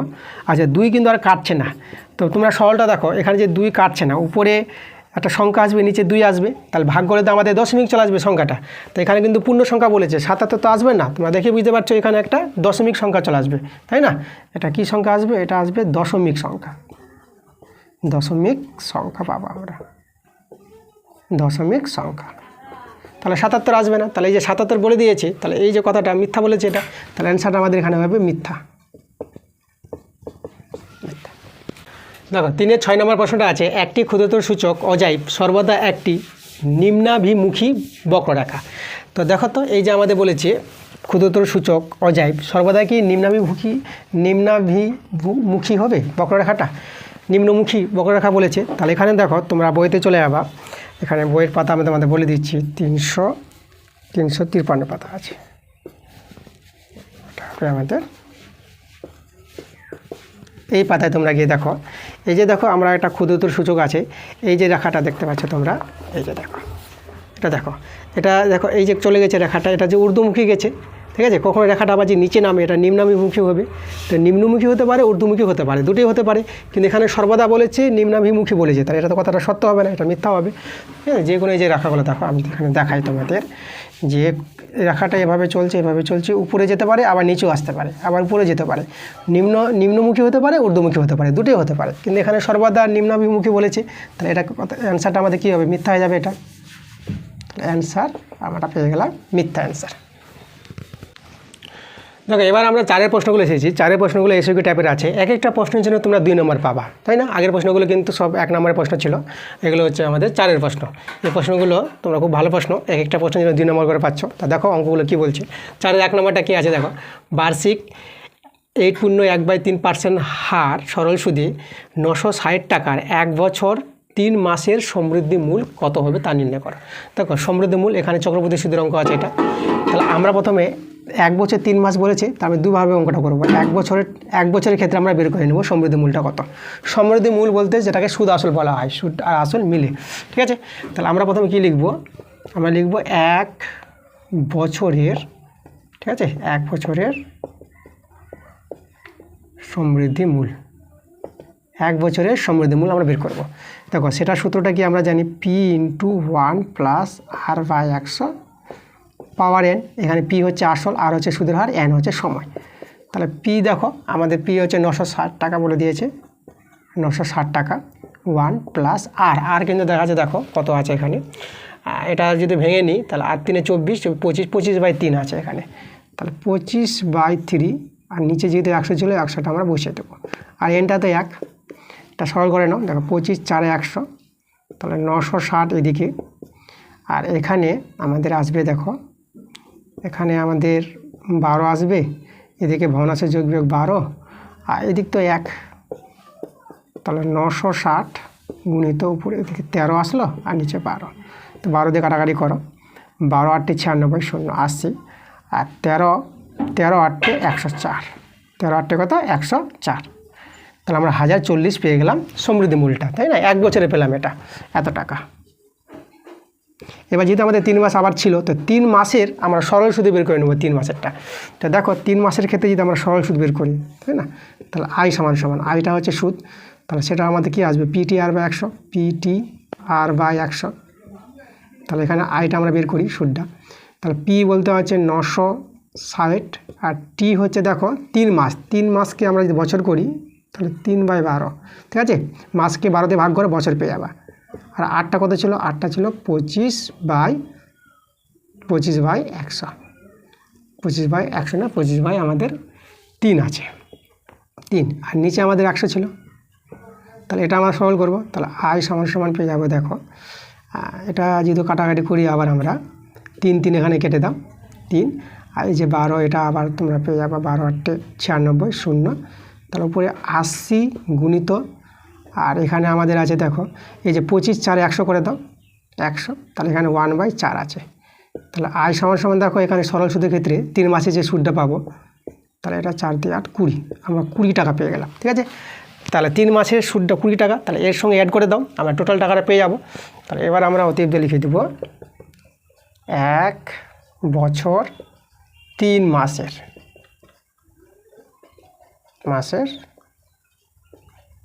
সমৃদ্ধি মূল। 1 বছর 3 মাসের সমৃদ্ধি মূল কত হবে? 1 বছরে 1040 পেয়েছিলাম আর 3 মাসে পেলাম 20 টাকা, তো এটা যোগ করলে আমাদের উত্তর।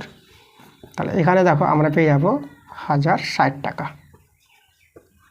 ঠিক আছে, এটা আমাদের অ্যান্সার। এবার দেখো 2 নম্বর প্রশ্নটা বলছে 4-এর, একটি জিনিসের মূল্য প্রতি বছর 10% হারে হ্রাসপ্রাপ্ত হয়, তাহলে জিনিসটির বর্তমান মূল্য 182 টাকা হলে 2 বছর পূর্বে জিনিসটির দাম কত ছিল নির্ণয় করে। সমহারের অঙ্ক দিয়েছে, সমহারে বৃদ্ধি। তাহলে এখানে দেখো 2 বছর পূর্বে জিনিসটির দাম কত ছিল, আমরা ওটা ধরে নেব যে x টাকা ছিল। তাহলে আমরা যদি বলি অ্যান্সার 2 বছর পূর্বে জিনিসটির দাম ছিল, আমরা x টাকা ধরে নিলাম, তাই না? এটা আমরা x টাকা। আচ্ছা, তাহলে দেখো বর্তমান দামটা বলে দিয়েছে, তাহলে 2 বছর পূর্বে জিনিসের দাম কত হবে, তাই তো? সেটা আমরা কীভাবে বের করব? তাহলে বর্তমান যেহেতু দামটা এটা আছে, তাহলে 2 বছর পরে জিনিসের দামটা কত সেটা আমরা বের করব। তাহলে 2 বছর পূর্বে জিনিসের দাম আমরা x টাকা ধরে নিলাম, এই টাকা ছিল। তো এখন দেখো 2 বছর পর জিনিসটির দাম কত হবে 2 বছর পরে, তাই না? বর্তমান যেটা দাম আমরা বের করব। আচ্ছা, তার সূত্রটা দেখো সমহার বৃদ্ধির সূত্র, আমরা p × 1, দেখো হ্রাস হয়েছে, হ্রাস এখানে বলে দিয়েছে হ্রাসপ্রাপ্ত, তাহলে এখানে মাইনাস হবে, বৃদ্ধি হলে পরে প্লাস আর হ্রাস হলে মাইনাস, আর r/100, এটা সময় চক্রবৃদ্ধির সূত্রটাই আমরা কাজে লাগাবো। আর এখানে n হচ্ছে সময়। তাহলে দেখো p কত টাকা, সেটা হচ্ছে আমাদের x টাকা, আসলটা x টাকা, আর 1 - r/100। আচ্ছা, আরটা কিন্তু দেখো কত হারে বলেছে, 10% হারে, তাহলে আরের জায়গায় আমরা 10 বসিয়ে দেবো। আর এখানে সময় কত বছর, 2 বছর, তাহলে এখানে আমরা 2 দিয়ে দেবো। আচ্ছা, এবার দেখো এই মানটাই কিন্তু আমাদের বলে দিয়েছে কত, বর্তমান যে টাকাটা মূল্যটা 182 টাকা, তাহলে এটা আমরা সমান 182 সঙ্গে সমান করে দিতে পারবো, 182 সঙ্গে সমান হবে এটা। তাহলে এখান থেকে আমাদের কি এক্সের মানটা বের করলে অ্যান্সার হয়ে যাবে। তা চলো আমরা এক্সের মানটা বের করি। দেখো এক্স, আর এটা দেখো কত আসবে, এটা 110 থেকে 10 চলে যাবে, তাহলে এটা 90/100 স্কোয়ারের জন্য আমরা দুবার করে নিচ্ছি, তাহলে এটা আমরা পেয়ে গেলাম 100, আবার 90/100। ঠিক আছে, এই সরলটা এটা আসবে, আর এইদিকে আমাদের হয়ে গেল 182। আচ্ছা, এখানে শূন্য কাটাও, এই যে শূন্য কেটে দিলাম আমরা, একটা 100 থেকে গেল। এবার আমরা যদি 9 দিয়ে কাটাকাটি করি, 9 দিয়ে 18, দেখো 9 দিয়ে কাটাকাটি যাচ্ছে না, তাহলে আমাদের কত দাঁড়ালো, x = 182, আর এদিকে দুটো শূন্য গুণ হয়ে যাবে, আর 9 9 81, 81টা নিচে নেমে যাবে, তাই তো? 3 দিয়ে কাটাকাটি যাচ্ছে না। এবার এটাকে যদি আমরা ভাগ করো, ঠিক আছে, তাহলে এই ভাগফলটা তোমরা এটা পেয়ে যাবা 244.69 টাকা, তাই না? এটা আসল নাম্বারে নিয়েছি, এটা প্রায় লিখে দেবা, প্রায়। তাহলে এটা আমাদের অ্যান্সার হবে, তাই না? তাহলে এক্সের মানটা এটা, তাহলে এই যে আমরা লিখেছিলাম 2 বছর পূর্বে জিনিসটির দাম ছিল x টাকা, এখানে আমরা লিখে দেবো অ্যান্সারটা কত টাকা হবে, 24,244.69 টাকা প্রায় লিখে দেবো। আসন্ন মান যেহেতু এখানে আমাদের ধরা হবে, ভাগটা তোমরা একটু করে নিবা, ঠিক আছে? এই টাকাটা আমাদের অ্যান্সারে আসবে। তো 4-এর 3 নম্বর প্রশ্ন এসেছি, বলছে একটা দ্বিঘাত সমীকরণ দেওয়া আছে 4s² + 4 × 3m + 1 × x + m - 7, আবার -20 দেওয়া আছে। এখানে তো যোগ বিয়োগ করে রাখতে পারতো, যাই হোক এটা এভাবে রেখে দিয়েছে তোমাদের কনফিউশন করার জন্য। তো এই দ্বিঘাত সমীকরণের বীজদ্বয় পরস্পর অন্যান্য। পরস্পর অন্যান্য বলতে কি, একটা বীজ যদি আলফা হয় তা পরেরটা হবে 1/α, এভাবে অন্যান্য বলা হয় উল্টো করে। তাহলে m এর মান বের করতে বলেছে। দেখো তাহলে এখানে লক্ষ্য করো, এইভাবে যদি আমাদের বলে দেয়, ঠিক আছে, যে এভাবে যদি বলে দেয় এই দ্বিঘাত সমীকরণের বীজদ্বয় পরস্পর অন্যান্য যদি হয়, তাহলে আমরা দেখো এখান থেকে আমি বলে দিই, যদি অন্যান্য হয়, তাহলে আমরা অতএব বলে দিব যে এই যে a আর c এর পার্টটা সমান হয়, a বলতে s² সহগটা a, আর ধ্রুবক পার্টটাকে c বলা হয়। তাহলে আমরা এ আর সি সমান করব। তাহলে আমরা সিটা আগে লিখি, সিটা আমাদের আছে এটা সি সমান সমান। দেখো সি এটাকে কেন বললাম, কারণ দেখো এক্সের পার্টটা বাদ দিয়ে যে বাকি যে পার্টটা থেকে যাবে সেই পার্টটা কিন্তু আমাদের সি হয়। আর এখানে এটা আছে এস স্কোয়ারের সহগ, সেটা আমাদের 4 আছে। তাহলে এখান থেকে দেখো এম এর মানটা আমরা পেয়ে যাব। তাহলে অন্যান্য যদি হয় তার সূত্রটা কি, যে সি ইজিক্যাল টু এ তোমরা লিখবে, ঠিক আছে। অন্যান্য হলে কি হবে, সি ইজিক্যাল টু এ বলতে হচ্ছে এস স্কোয়ারের সহগ, আর সিটা হচ্ছে আমাদের ধ্রুবক সংখ্যা। তাহলে এখান থেকে আমরা এম এর মানটা যদি বের করি, এম দেখো এটা -7 -20 আছে, তাহলে -27, এদিকে 4, তাহলে -27 থেকে দিকে গেলে +27, তাহলে 27 4 যোগ করে কত পাবে 31। তাহলে এটাই আমাদের অ্যান্সার। দেখো চলে আসলাম 4-এর 4 নম্বরটা কী বলছে, দেখো P/Q সমান 5:7 এবং P-Q সমান -4 হলে 3P - 2Q এর মান কত হবে। তো চলো এই দুটোর সাহায্য নিয়ে আমরা এই মানটা বের করতে পারবো। P এবং Q এর মানটা তোমাদের বের করতে হবে, দুটো ইকুয়েশন দেওয়া আছে। তাহলে এখানে P/Q করে নাও, অনুপাতকে বাই করা যায়, এখানে 5/7। এখান থেকে P এর মানটা বের করো, তাহলে কত হবে 5Q 7। আচ্ছা এই P এর মানটা আমরা এখানেই পুট করে দিই এই জায়গায়।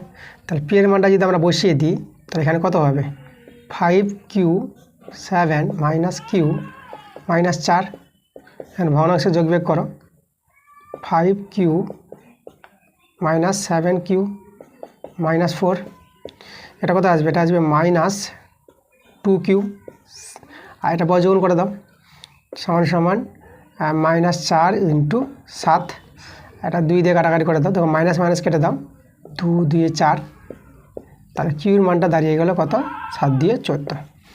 এবার এখান থেকে আমরা পি এর মানটা পেয়ে যাব, কিউর মানটা বসিয়ে দিই, 5 × Q বলতে 14 আর নিচে 7 দিয়ে 14, পি সমান 5 দিয়ে 10, তাহলে পি এর মানটা 10 পেয়ে গেলাম।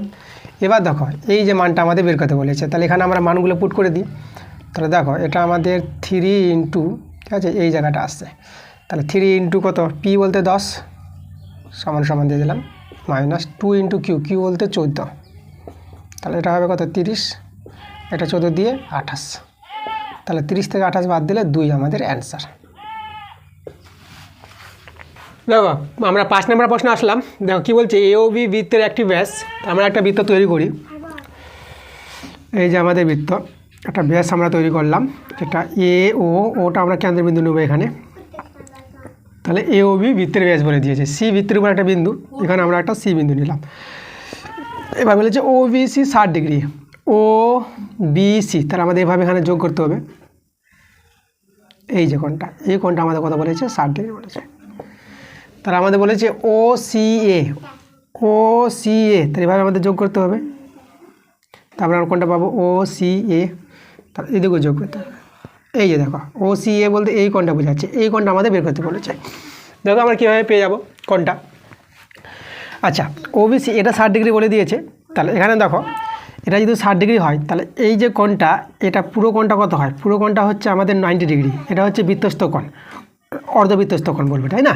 তাহলে দেখো এখানে যে কোণটা আছে, কোণ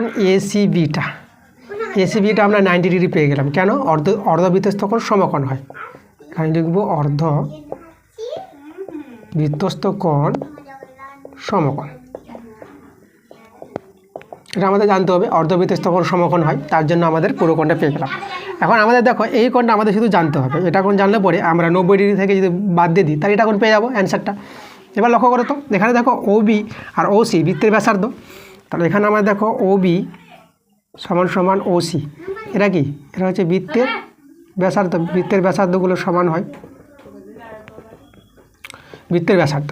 আচ্ছা বৃত্তের ব্যাসার্ধ দুটো বাহু সমান হলে কি হয়, দুটো কোণ সমান হয়ে যাবে, তাহলে কোণ ও বি সি সমান কোণ ও সি বি, এটা কিন্তু সমান। তাহলে এই যদি 60 ডিগ্রি হয় কত হবে 60 ডিগ্রি, তাহলে এটা আমরা 60 ডিগ্রি পেয়ে গেলাম, এই যে এটা 60 ডিগ্রি পেয়ে গেলাম। আচ্ছা এই কোণটা 60 ডিগ্রি পেয়ে গেছি, তাই এই কোণটা আমরা বের করতে পারবো। তাহলে আমাদের দেখো অ্যান্সারটা যে ও সি এ বের করতে বলেছিল, তাহলে 90 ডিগ্রি থেকে দেখো সম্পূর্ণ কোণটা 90 ডিগ্রি, তার সেখান থেকে আমরা 60 ডিগ্রি বাদ দিলে পরে এই কোণটা পাবো, 90 ডিগ্রি বিয়োগ 60 ডিগ্রি, তাহলে বিয়োগ করলে কত হবে 30 ডিগ্রি, আমাদের এটা কিন্তু অ্যান্সার 30 ডিগ্রি পেয়ে গেলাম।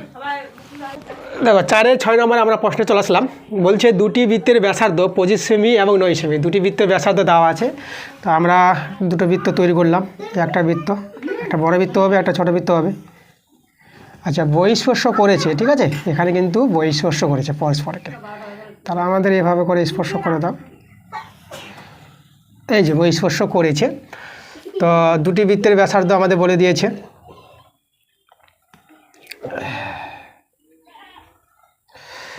দুটি বৃত্তের ব্যাসার্ধ বলে দেওয়া আছে 25 সেমি 9 সেমি, ঠিক আছে। এখানে যেহেতু ও হয়, এটা যদি আমাদের, এটা আমরা এ নাম দিলাম, এটা এ বৃত্তের কেন্দ্র, এটা বি বৃত্তের কেন্দ্র, আর এখানে আমরা পি নাম দিয়ে দিলাম।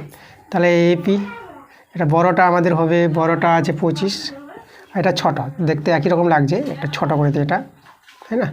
এটা হচ্ছে আমাদের বি, পিবিটা হবে আমাদের 9, এটা ছোট আছে।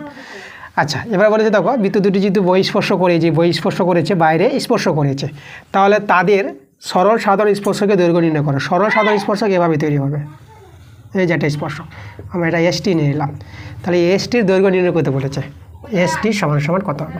দেখো আমাদের, দেখো বৃত্ত দুটি যদি বহিঃস্পর্শ করে আর তাদের ব্যাসার্ধের দৈর্ঘ্য যদি জানা থাকে, ব্যাসার্ধ দেখো এখানে R1, বড় R1 নিলাম। আচ্ছা, এখানে আর নিলাম, আরটা হচ্ছে বড় ব্যাসার্ধ, সেটা 25 দেওয়া আছে, আর ছোটো ব্যাসার্ধকে আমরা ছোটো হাতের আর নিলাম, সেটা আমাদের দেওয়া আছে 9। তাহলে আমাদের দেখো যে এই যে সরল সাধারণ স্পর্শকের দৈর্ঘ্যটা, যেটা আমরা সূত্র অনুযায়ী বের করবো, এটা লিখে দেবো সূত্রটা মনে রাখবা, সেটা হবে দেখো √, আচ্ছা এসটি সমান সমান, আচ্ছা 2 গুণিত √r, ঠিক আছে। এখানে হচ্ছে আর, আচ্ছা আমরা এটাকে R1 নিচ্ছি, এটা আর এটা R2 নিচ্ছি, বড়টা R1, ছোটোটা R2। তাহলে আমাদের সূত্রটা যেটা হবে এসটি, ঠিক আছে, এর যে দৈর্ঘ্যটা হবে সরল সাধারণ স্পর্শকের দৈর্ঘ্যটা 2 × √R1 × R2। এই সূত্রটা তোমাদের মনে রাখবা, এই সূত্রটা প্রয়োগ করলে পরে আমরা কিন্তু অ্যান্সার পেয়ে যাব। তা চলো আমরা মানগুলো বসিয়ে দিই। আচ্ছা, এখানে √R1 কত আছে, R1 আছে 25, আর R2 কত, R2 হচ্ছে 9। R1 বলতে বড় বৃত্তের ব্যাসার্ধ, আর R2 বলতে ছোট বৃত্তের ব্যাসার্ধ। সরল করো, 2 গুণিত 25, এখানে বর্গমূল 5 পেয়ে যাবা, আর 9-এর বর্গমূলটা তোমরা পেয়ে যাবা 3। তো এটা গুণ করা কত আছে দেখো, 5 দিয়ে 10, এটা 3, 10 3 30। তাহলে আমাদের অ্যান্সারটা কিন্তু 30 কত পেয়ে গেলাম, সেমি। এখানে একটু লিখে দিই, দৈর্ঘ্যটা এখানে লিখে দেবো আমরা, সমান সমান 30 সেমি। একটু লিখে দিলে একটু ভালো দেখাবে। তোমরা অতএব দিয়ে অ্যান্সারটা এইভাবে লিখে নিতে পারবা, আমি এখানে লিখে দিলাম, তাই না। অতএব দিয়ে এইদিকে লিখবা, স্পর্শকের দৈর্ঘ্য 30 সেমি। চলে আসলাম আমরা 4-এর 7 নম্বর প্রশ্নটা। দেখো কি বলছে, ত্রিভুজ এবিসি আমরা নিয়েছি, এর এসি ও বিসি বাহু, ঠিক আছে, এই যে এসি আর এই যে বিসি। আচ্ছা, আমরা নামটা একটু চেঞ্জ করে দিই আমরা, তাই না। এই নামটা এখানে আমরা দিব এ বি সি, এরকম দিলে একটু ছবিটা ভালো দেখাবে। তাহলে এই যে এসি আর বিসি, এই দুটো বাহুর মধ্যবিন্দু বলেছে এল ও এম।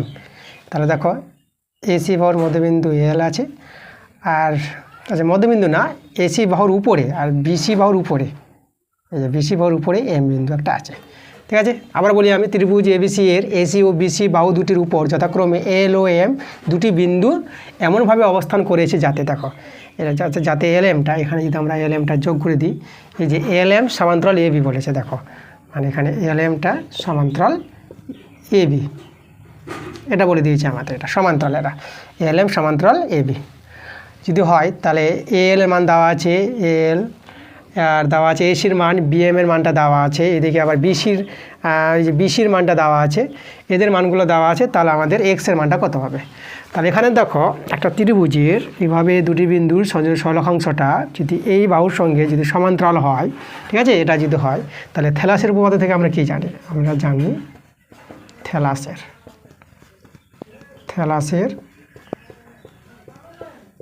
উপপাদ্য থেকে পাই, ঠিক আছে, এরা সমান্তরাল হবে। আর থ্যালাসের উপপাদ্য থেকে আমরা পাবো, দেখো এই যে সিএ বাই এল এ, ঠিক আছে, এই যে সিএ বাই এল এ, এই যে বাহুগুলোর অনুপাতটা সমান হবে এদিকে সিবি বাই এমবি, এটা তোমাদের মনে রাখতে হবে, ঠিক আছে।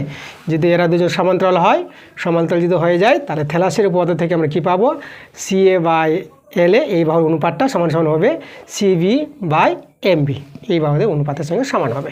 তাই এই ধর্মটা মনে রাখতে হবে। চলো মানগুলো আমরা বসিয়ে দিই। আচ্ছা, এদিকে আমরা একটু সাজিয়ে লিখে দেবো। এসি করে দিলাম, এটাকে আমরা এএল করে দিলাম, আর সিবিটাকে আমরা একটু বিসি লিখে দিলাম, আর এমবিটাকে আমরা লিখে দিলাম বিএম। ঠিক আছে, যেহেতু মানগুলো এভাবে দেওয়া আছে ফলে বসাতে সুবিধা হবে। এসির মান দেখে নাও, এসির মান দেওয়া আছে x-2।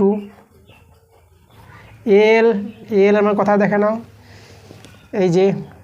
আচ্ছা, এসির মানটা একটু আমরা মিস্টেক করেছি, এসির মানটা এটা নাই, এসির মানটা আছে 2x + 3। আর তারপরে যে এল মানটা আছে x-2। মানগুলো একটু ঠিকঠাক বসিয়ে নেব। বিসিটা দেখো, বিসি কোথায় আছে দেখো, x-3। তাহলে বিসির জায়গায় x-3, 2 হয়ে গেছে এটা, সরি। তাহলে এখানে আমাদের 3 হবে, 3। আর শেষে আছে বিএমটা কোথায় বিএম, এই যে বিএমটা দেখো। সরি, বিসির মানটা আরেকটা ভুল করে দিচ্ছি আমরা, বিসিটা কিন্তু 2x আছে, বিসিটা 2x। আর বিএম নিচে ছিল, বিএমের মানটা x-3। দেখো মানগুলো একটু ঠিকঠাক আমাদের বসাতে হবে। আচ্ছা, বসিয়ে নিয়েছি। এখান থেকে সরল করে আমরা এক্সের মানটা বের করে নেব। একটু বর্গগুণ করে নিই এখানে। দেখো এভাবে কণাগুণি গুণ, তাহলে এই গুণটা যদি আমরা করি, দেখো 2x দিয়ে গুণ করি, তাহলে 2s² - 6x, এবার +3 দিয়ে গুণ, +3x - 9। একদম কণাগুণি বর্গগুণ করেছি। এবার এইভাবে গুণ করি, এটা হবে 2s² - 4x, বাস 2x আছে, এটাই গুণ আমাদের দাঁড়িয়ে গেল। এখানে দেখো 2s² কেটে গেল, এটা যোগ বিয়োগ করে নাও, এটা আমরা পেয়ে যাবো -3x - 9, আর এখানে -4x। আচ্ছা, এক্সগুলো একদিকে করে দিই আমরা সরলটা একটু এখানে দেখাই।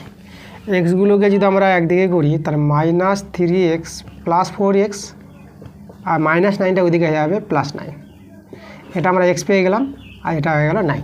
তাহলে এক্সের মান কত আমাদের 9, এটা আমাদের অ্যান্সার। এটাই আমাদের এখানে অ্যান্সার পেয়ে গেল। দেখো 8এর প্রশ্ন আসলাম। 8এর প্রশ্ন আছে, প্রশ্নটা আছে বলছে sin α = 5/13 হলে tan α + sec α এর মানটা আমাদের বের করতে বলেছে। তো দেখো তোমাদের প্রশ্নগুলো একদিকে করে যাচ্ছি, তোমরা সম্ভবত বুঝতে পারছো। তারা মন দিয়ে বুঝো, ক্লাসগুলো একটু ধৈর্য করে বুঝতে হবে। ক্লাস 10 তোমরা মাধ্যমিক দিবা, ধৈর্য তো রাখতে হবে। ভালো অঙ্কেতে রেজাল্ট করতে গেলে তোমাদের প্রতিশ্বাস চলে এসেছে, আর অঙ্কের কোনো সমস্যা নাই। মন দিয়ে একটু ধৈর্য করে ক্লাসগুলো করো। আমি একটু আস্তে আস্তে ক্লাসগুলো করাচ্ছি, কারণ তাড়াহুড়া করলে পরে তোমরা অঙ্ক নাও বুঝতে পারো। আর অঙ্কগুলো যদি তোমাদের ভালো লাগে, তাহলে তো ক্লাসগুলো লাইক শেয়ার নিশ্চয়ই করবা, আর চ্যানেলটাকে তো আমাদের সাবস্ক্রাইব করলে এই ভিডিওগুলো তোমরা তাড়াতাড়ি পেয়ে যাবা। ঠিক আছে? আচ্ছা, তাহলে চলো আমরা চলে আসবো 4-এর 8 নম্বরের প্রশ্নে। তো 4-এর 8 নম্বর প্রশ্নটা বলছে sin α = 5/13 হলে tan α + sec α এর মান নির্ণয় করতে বলেছে।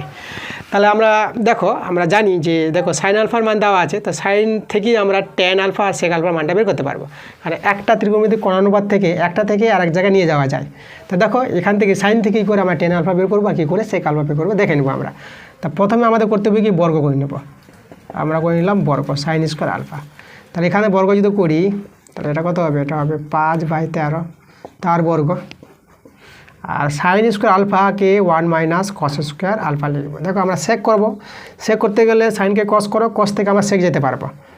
আর এখানে বর্গটা পেয়ে যাবা 25, 5-এর বর্গ আর 13-এর বর্গ 169।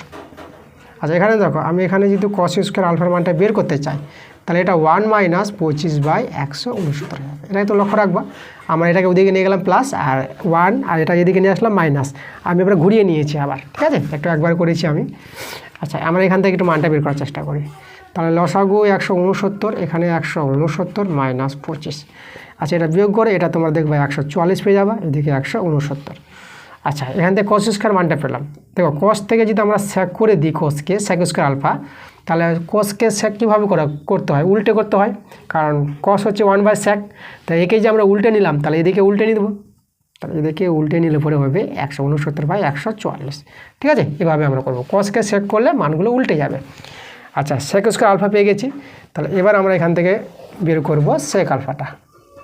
তাহলে sec আলফাটা কত হবে, √169 144। তাহলে এখানে দেখো এটা 13 আসবে, আর এটা 12 আসবে।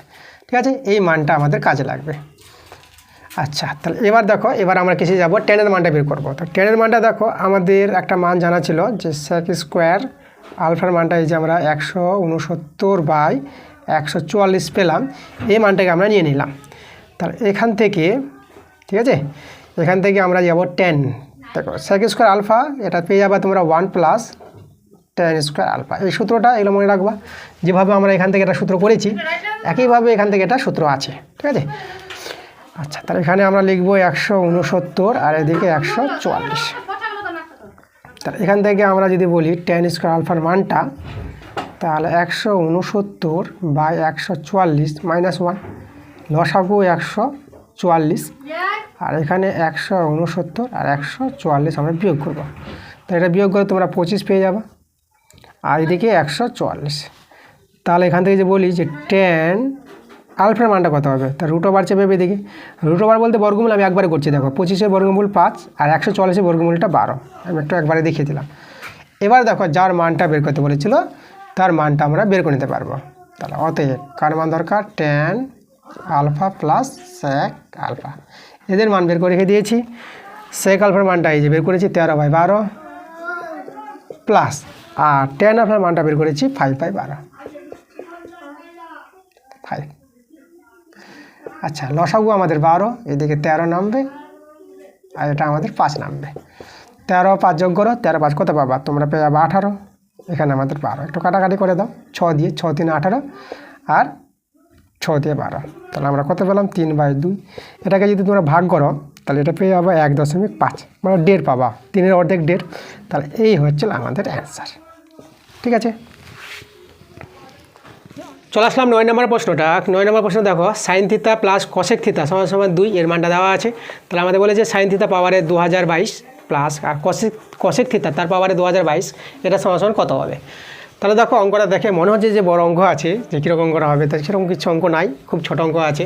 তো দেখো আমরা করবো কি, এখান থেকে সলভ করে আমরা সাইন থিতা কস থিতার মানটা আমরা বের করে নিতে পারবো। তাও কীভাবে আমরা বের করছি, আমরা এটা সাইন থিতা করলাম আর কসেক থিতাকে লিখলাম 1/sin থিতা, এটা কিন্তু সূত্র, ত্রিকোণমিতিক পাঁচ সূত্রগুলো তোমরা মনে রাখবা। আচ্ছা, এখানে একটু ভাবনা আছে, যোগ বিয়োগ করো, সাইন থিতা এটা হয়ে গেল সাইন স্কোয়ার থিতা প্লাস 1, এদিকে হয়ে গেল 2। এবার আমরা একটু বর্গগুণ করে নিই, সাইন স্কোয়ার থিতা প্লাস 1 আর এদিকে 2 সাইন থিতা, সবাইকে বাদিকে নিয়ে আসো। তাহলে sine square theta minus 2 sine theta আগে লিখলাম, প্লাস 1টাকে একটু পরে লিখলাম 0। এটা দেখো এটা পূর্ণবর্গ আকারে সাজানো যাবে, তো এটাকে তোমরা লিখতে পারবা সাইন থিতা, সাইন থিতাকে এ ধরে আর 1টাকে বি ধরে, তাহলে সাইন থিতা মাইনাস 1 তার হোল স্কোয়ার যেটা 0। আচ্ছা, তাহলে হোল স্কোয়ার 0, তাহলে আমরা স্কোয়ারটা উঠাতে পারবো, ডান দিকে 0 আছে, তাহলে সাইন থিতা সমান সমান sine theta minus 1 equal to 0 করলাম। তাহলে এখান থেকে সাইন থিতার মানটা কত পেয়ে যাবো, -1 ওদিকে 1 হয়ে যাবে, সাইন থিতার মান দেখো 1 পেয়ে গেলাম। আচ্ছা, সাইন থিতার মান যদি 1 পাও, তাহলে সাইন থিতাকে যদি কসেক থিতা করে দাও, ঠিক না, তাহলে এটা উল্টে যাবে, তো 1কে উল্টালে তো 1ই হয়, তাহলে সাইন থিতার মান 1 আর কসেক থিতার মানও 1, ঠিক না, আমরা জানি যে সাইন থিতা 1/cosec থিতা, ঠিক আছে, একটা মানের পরস্পর উল্টো করে হয়।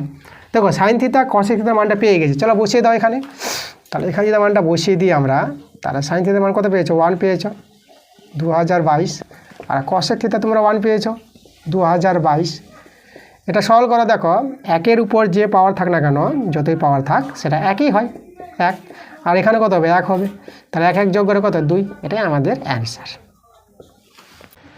চলে আসলাম আমরা 10 নম্বর প্রশ্নে। 10 নম্বরটা আছে দেখো, একটি লম্ববৃত্তাকার শঙ্কুর পার্শ্বতলের ক্ষেত্রফল তার ভূমির ক্ষেত্রফলের √17 গুণ হলে শঙ্কুর উচ্চতা ও ভূমির ব্যাসের অনুপাত কত হবে।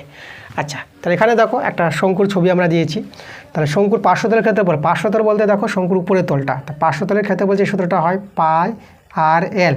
দেখো এল বলতে হচ্ছে তির্যক উচ্চতা, আমরা এটা নাম দিয়েছি এ, এটা বি, এটা সি দিলাম, ঠিক আছে। তাহলে এখানে দেখো এসিটা আমাদের কিন্তু এল তির্যক উচ্চতা, আর এখানে হচ্ছে বিসিটা ব্যাসার্ধ, তাহলে আমরা বিসিটা পেয়ে গেলাম ব্যাসার্ধ, সেটা আর এখানে হচ্ছে এবিটা কিন্তু উচ্চতাকে আমরা কত নিলাম, এই ধরে নিলাম এগুলো। তাহলে পায়াল যেটা আছে পাই আর এল, এটা হচ্ছে আমাদের কি শঙ্কুর পার্শ্বতলের ক্ষেত্রফলটা। আর ভূমির ক্ষেত্রফল, ভূমিটা হচ্ছে দেখো বৃত্ত, তাহলে ভূমির ক্ষেত্রফলটা কী হবে, পাই আর স্কোয়ার, ভূমির ক্ষেত্রফল বৃত্তের সূত্র পাই আর স্কোয়ার বৃত্তের ক্ষেত্রফল।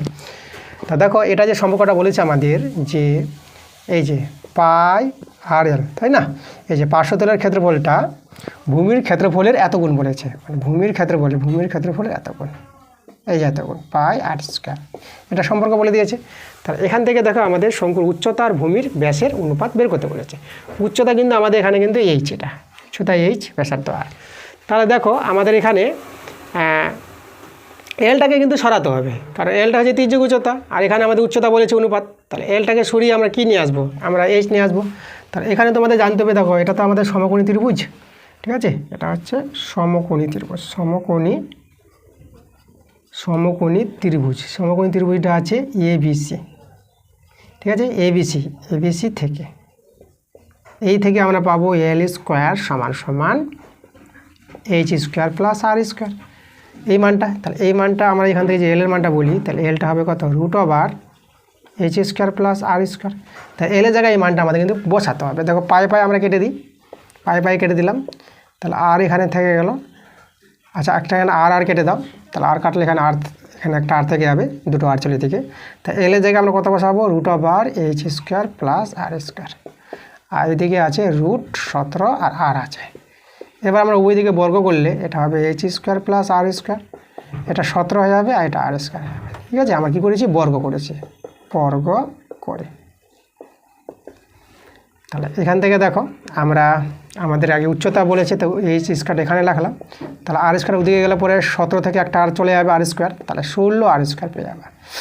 আচ্ছা আমরা এর যদি আমরা স্কোয়ারগুলো ছাড়ি, তাহলে এইচের মানটা যদি বের করি, তাহলে এটা √/, চাপবে, তাই না, আর স্কোয়ার। তাহলে এই সমান কত পাবে, এটা পেয়ে যাবো 4 আর পেয়ে যাবো বর্গমূল করে। আচ্ছা এইচ সমান এটাকে লিখবো 2 × 2r, যেহেতু এখানে দেখো ভূমির ব্যাসের বলেছে, ব্যাসটা 2r, তাহলে আমরা h/2r করলাম আর এদিকে 2 রেখে দিলাম। তাহলে এখানে দেখো h/2r উচ্চতা আর ভূমির ব্যাস, এই যে অনুপাতটা কত পেয়ে গেলাম, 2:1, কারণ নিচে 1 আছে এখানে। তা দেখো অ্যান্সারটা কিন্তু আমাদের পেয়ে গেলাম 2:1। তাহলে এখানে একটু যদি আমরা এখানে আমরা লিখে দিই, ঠিক আছে, কত হবে অ্যান্সারটা, এটা হবে আমাদের 2:1, ঠিক আছে। ভাষাটা তোমরা অতএব তোমরা লিখে দেবা ভালো করে, যে শঙ্কুর উচ্চতা ও ভূমির ব্যাসের অনুপাত 2:1, আমি এখানে বসিয়ে দিলাম। চলে আসলাম আমরা 11 নম্বর প্রশ্ন। 4-11 দেখো কী বলছে, একটি লম্ববৃত্তাকার চঙের ব্যাসার্ধের দৈর্ঘ্য 50% হ্রাস করা হলে এবং উচ্চতা 50% বৃদ্ধি করা হলো, তা চঙটির আয়তনের শতকরা কত পরিবর্তন হবে। তাহলে এখানে দেখো আমাদের একটা চং আছে, তোমরা দেখবা যে গ্লাস টাইপের চংটা থাকে, চং যেটা পাইপ বলবো আমরা, চং আকৃতি। তো চঙের ব্যাসার্ধ যেটা বলেছে দেখো, তো চঙের ব্যাসার্ধ কত, 50% হ্রাস করছে, তাই না। তো এখানে আমরা ব্যাসার্ধ আর নিলাম আর উচ্চতা আমরা এইচ নিলাম, তাই না, ব্যাসার্ধ আর উচ্চতা। তাহলে এখানে চঙের আয়তনটা কত হবে, আয়তনের সূত্র হচ্ছে আমাদের পাই আর স্কোয়ার এইচ, এটা হচ্ছে আমাদের চঙের আয়তনের সূত্র। এবার দেখো চঙের ব্যাসার্ধ যখন কত বাড়াচ্ছে, 50% বাড়াবে ব্যাসার্ধের দৈর্ঘ্য 50% হ্রাস করবে। তাহলে এখানে দেখো আর এর 50% যদি হ্রাস করে, তাহলে 50% কতটা কমবে, এখানে হয়ে গেল সমান r/2। তাহলে দেখো কমে কতটা ব্যাসার্ধ হবে, তাহলে আমাদের দেখো যেটা নতুন ব্যাসার্ধ আমরা পাবো, নতুন ব্যাসার্ধ কত পেয়ে যাবো, দেখো আগে ছিল আর এতটা আমাদের কমছে r/2টা, আর এর 50% বলতে r/2 আমরা বের করলাম, এটা -r/2। তাহলে এখানে কত আসবে, এটা আর থেকে r/2 বাদ দিবা, এখানে তোমরা r/2ই পেয়ে যাবা, বিয়োগটা ভগ্নাংশে বিয়োগ করে, ঠিক আছে।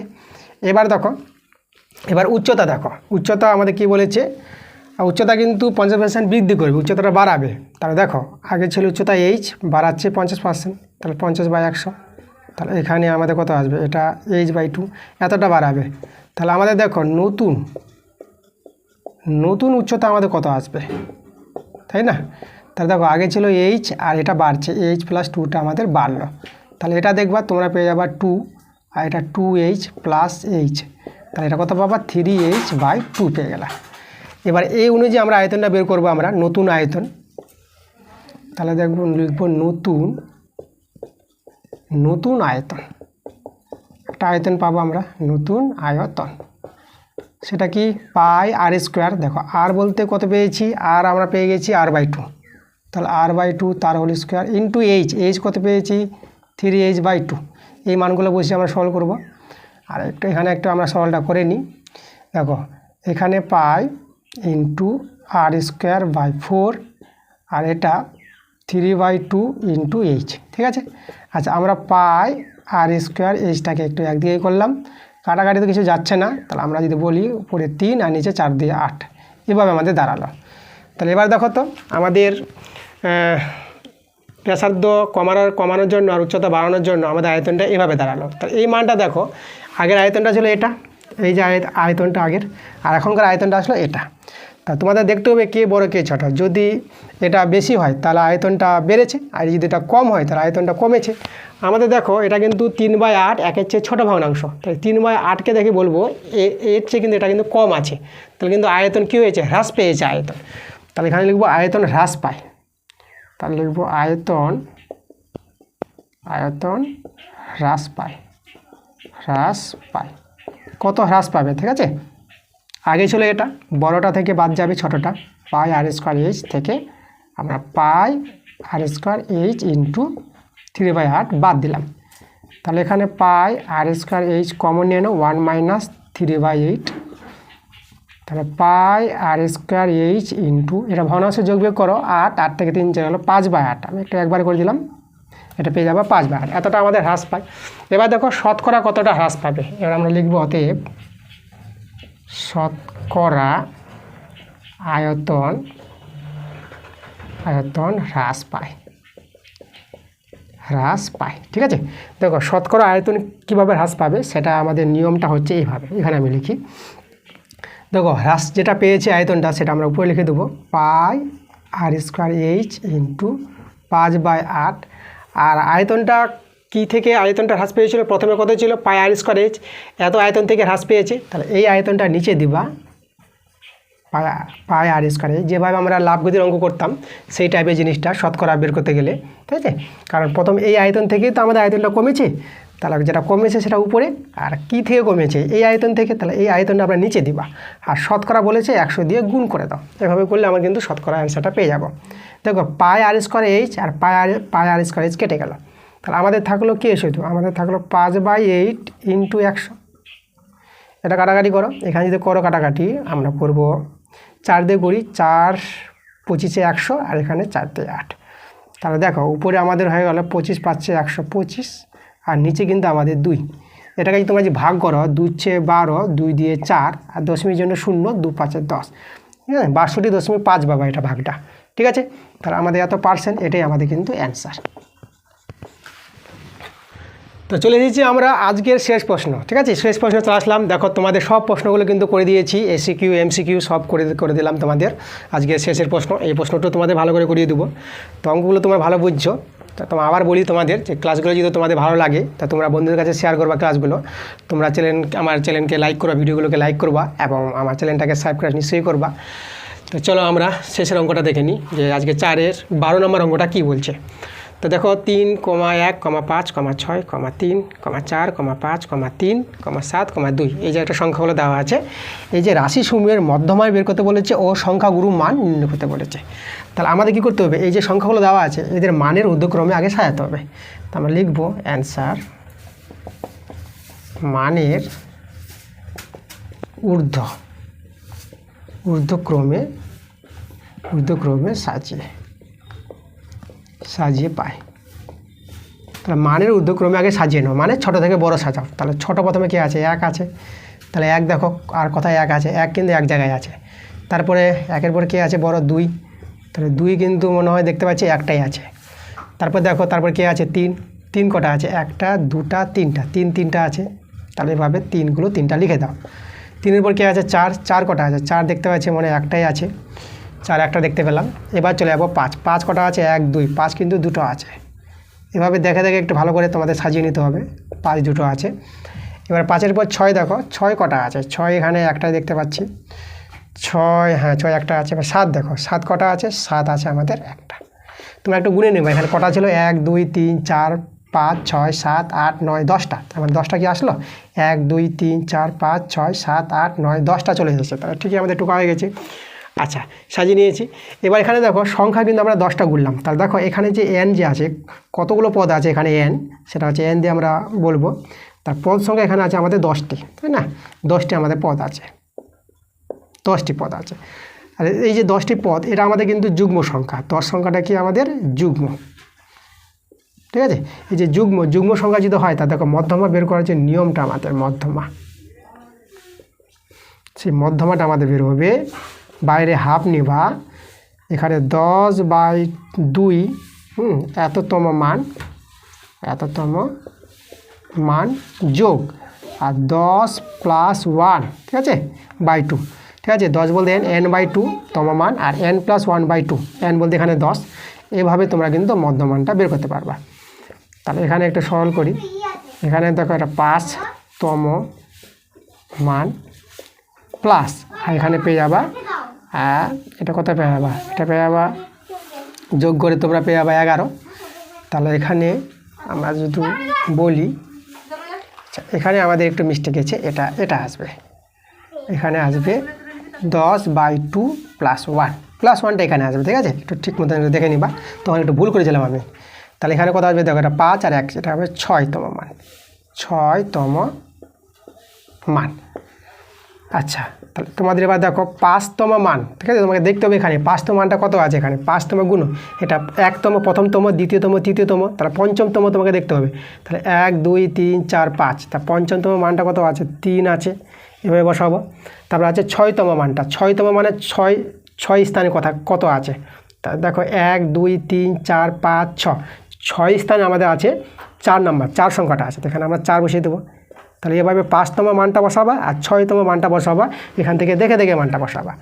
চলো এদের সরল করে নাও। দেখো 3 আর 4 যোগ হলে কত হবে, এটা 7। আচ্ছা 7কে 2 দিয়ে যদি ভাগ করো তাহলে তোমরা পেয়ে যাবা 3.5 পেয়ে যাবা, 7/2।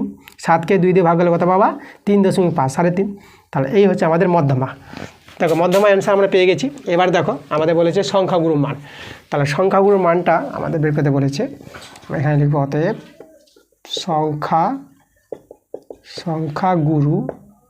সংখ্যাগুরু মান। দেখো সংখ্যাগুরুর মানটা আমরা কত পাবো, এখানে দেখো এই যে আমরা সাজিয়ে নিয়েছি, তো যে সংখ্যাটা বেশি সংখ্যায় আছে, ঠিক আছে, কোন সংখ্যাটা বেশি বার আছে, দেখো 3 সংখ্যাটা, দেখো 3 সংখ্যাটা আমাদের এখানে 3 বার আছে। তাহলে এই যে সংখ্যাগুরুর মানটা আমরা 3 বলে দিব। যে সংখ্যাটা বেশি থাকবে এখানে, ঠিক আছে, এই যে তথ্যগুলোতে, তো সেই সংখ্যাটাই হবে আমাদের সংখ্যাগুরুর মান। তাহলে সংখ্যাগুরুর মানটা আমরা কত পেয়ে গেলাম, 3 পেয়ে গেলাম। তাহলে এভাবে আমরা সংখ্যাগুরুর মানটা 3 পেয়ে গেলাম, ঠিক আছে। তাহলে এই ছিল আমাদের অ্যান্সার। তাহলে দেখো আজকের ক্লাস তোমাদের করে দিলাম, আজকের ক্লাস সম্পূর্ণ শেষ করে দিয়েছি। অঙ্কগুলো কিন্তু আমি ভালোভাবে আজকে বুঝালাম, একটু আস্তে আস্তে করালাম অঙ্কগুলো, যেহেতু তোমরা বুঝতে পারো। তাহলে দেখো সব অঙ্কগুলো হয়ে গেছে। কোথাও যদি কোনো জায়গায় অসুবিধা হয় তা তোমরা নিশ্চয়ই কমেন্টে জানাবা। আর ক্লাসটা কীভাবে লাগছে তোমাদের, তো সেটাও তোমরা কমেন্ট করে আমাকে নিশ্চয়ই জানাবা। আর ভিডিওগুলো তোমরা বন্ধুদের কাছে শেয়ার করবা। আর আমার চ্যানেলটাকে তোমরা সাবস্ক্রাইব করে নিবা, কারণ আমার চ্যানেলটা সাবস্ক্রাইব করলে পরে আমি যে ভিডিওগুলো দিব দেখবা তোমাদের মোবাইলের সঙ্গে সঙ্গে তোমরা মোবাইলে পেয়ে যাবা, ঠিক আছে। তো চ্যানেলটাকে নিশ্চয়ই সাবস্ক্রাইব করতেই হবে। আর আমার ভিডিওগুলো প্রত্যেকটা ভিডিও বন্ধুদের কাছে শেয়ার করতে হবে, এবং ভিডিওতে লাইক নিশ্চয়ই দিতে হবে তোমাদের, তাহলে পরে আমার উৎসাহ বাড়বে, ভালো করে আমি আরও চেয়ে ভালো ভিডিও তোমাদের নিয়ে আসবো, ঠিক আছে। তাহলে ঠিক আছে, আজকে এই অবধি। আজকে তোমাদের তো মডেল নাম্বার কোয়েশ্চেন পেপার 13 দেখে দিলাম। এরপরে যে মডেলটা নিয়ে আসবো আমরা 14 নম্বর, হ্যাঁ, মডেল কোয়েশ্চেন পেপার 14 নিয়ে আসবো আমরা। তো ঠিক আছে, পরের ভিডিও আসবে, তাড়াতাড়ি আসবে। তো আজকে এই অবধি, দেখা হবে তোমাদের পরের ভিডিওতে। ওকে, তোমরা তাহলে ভালো থেকো।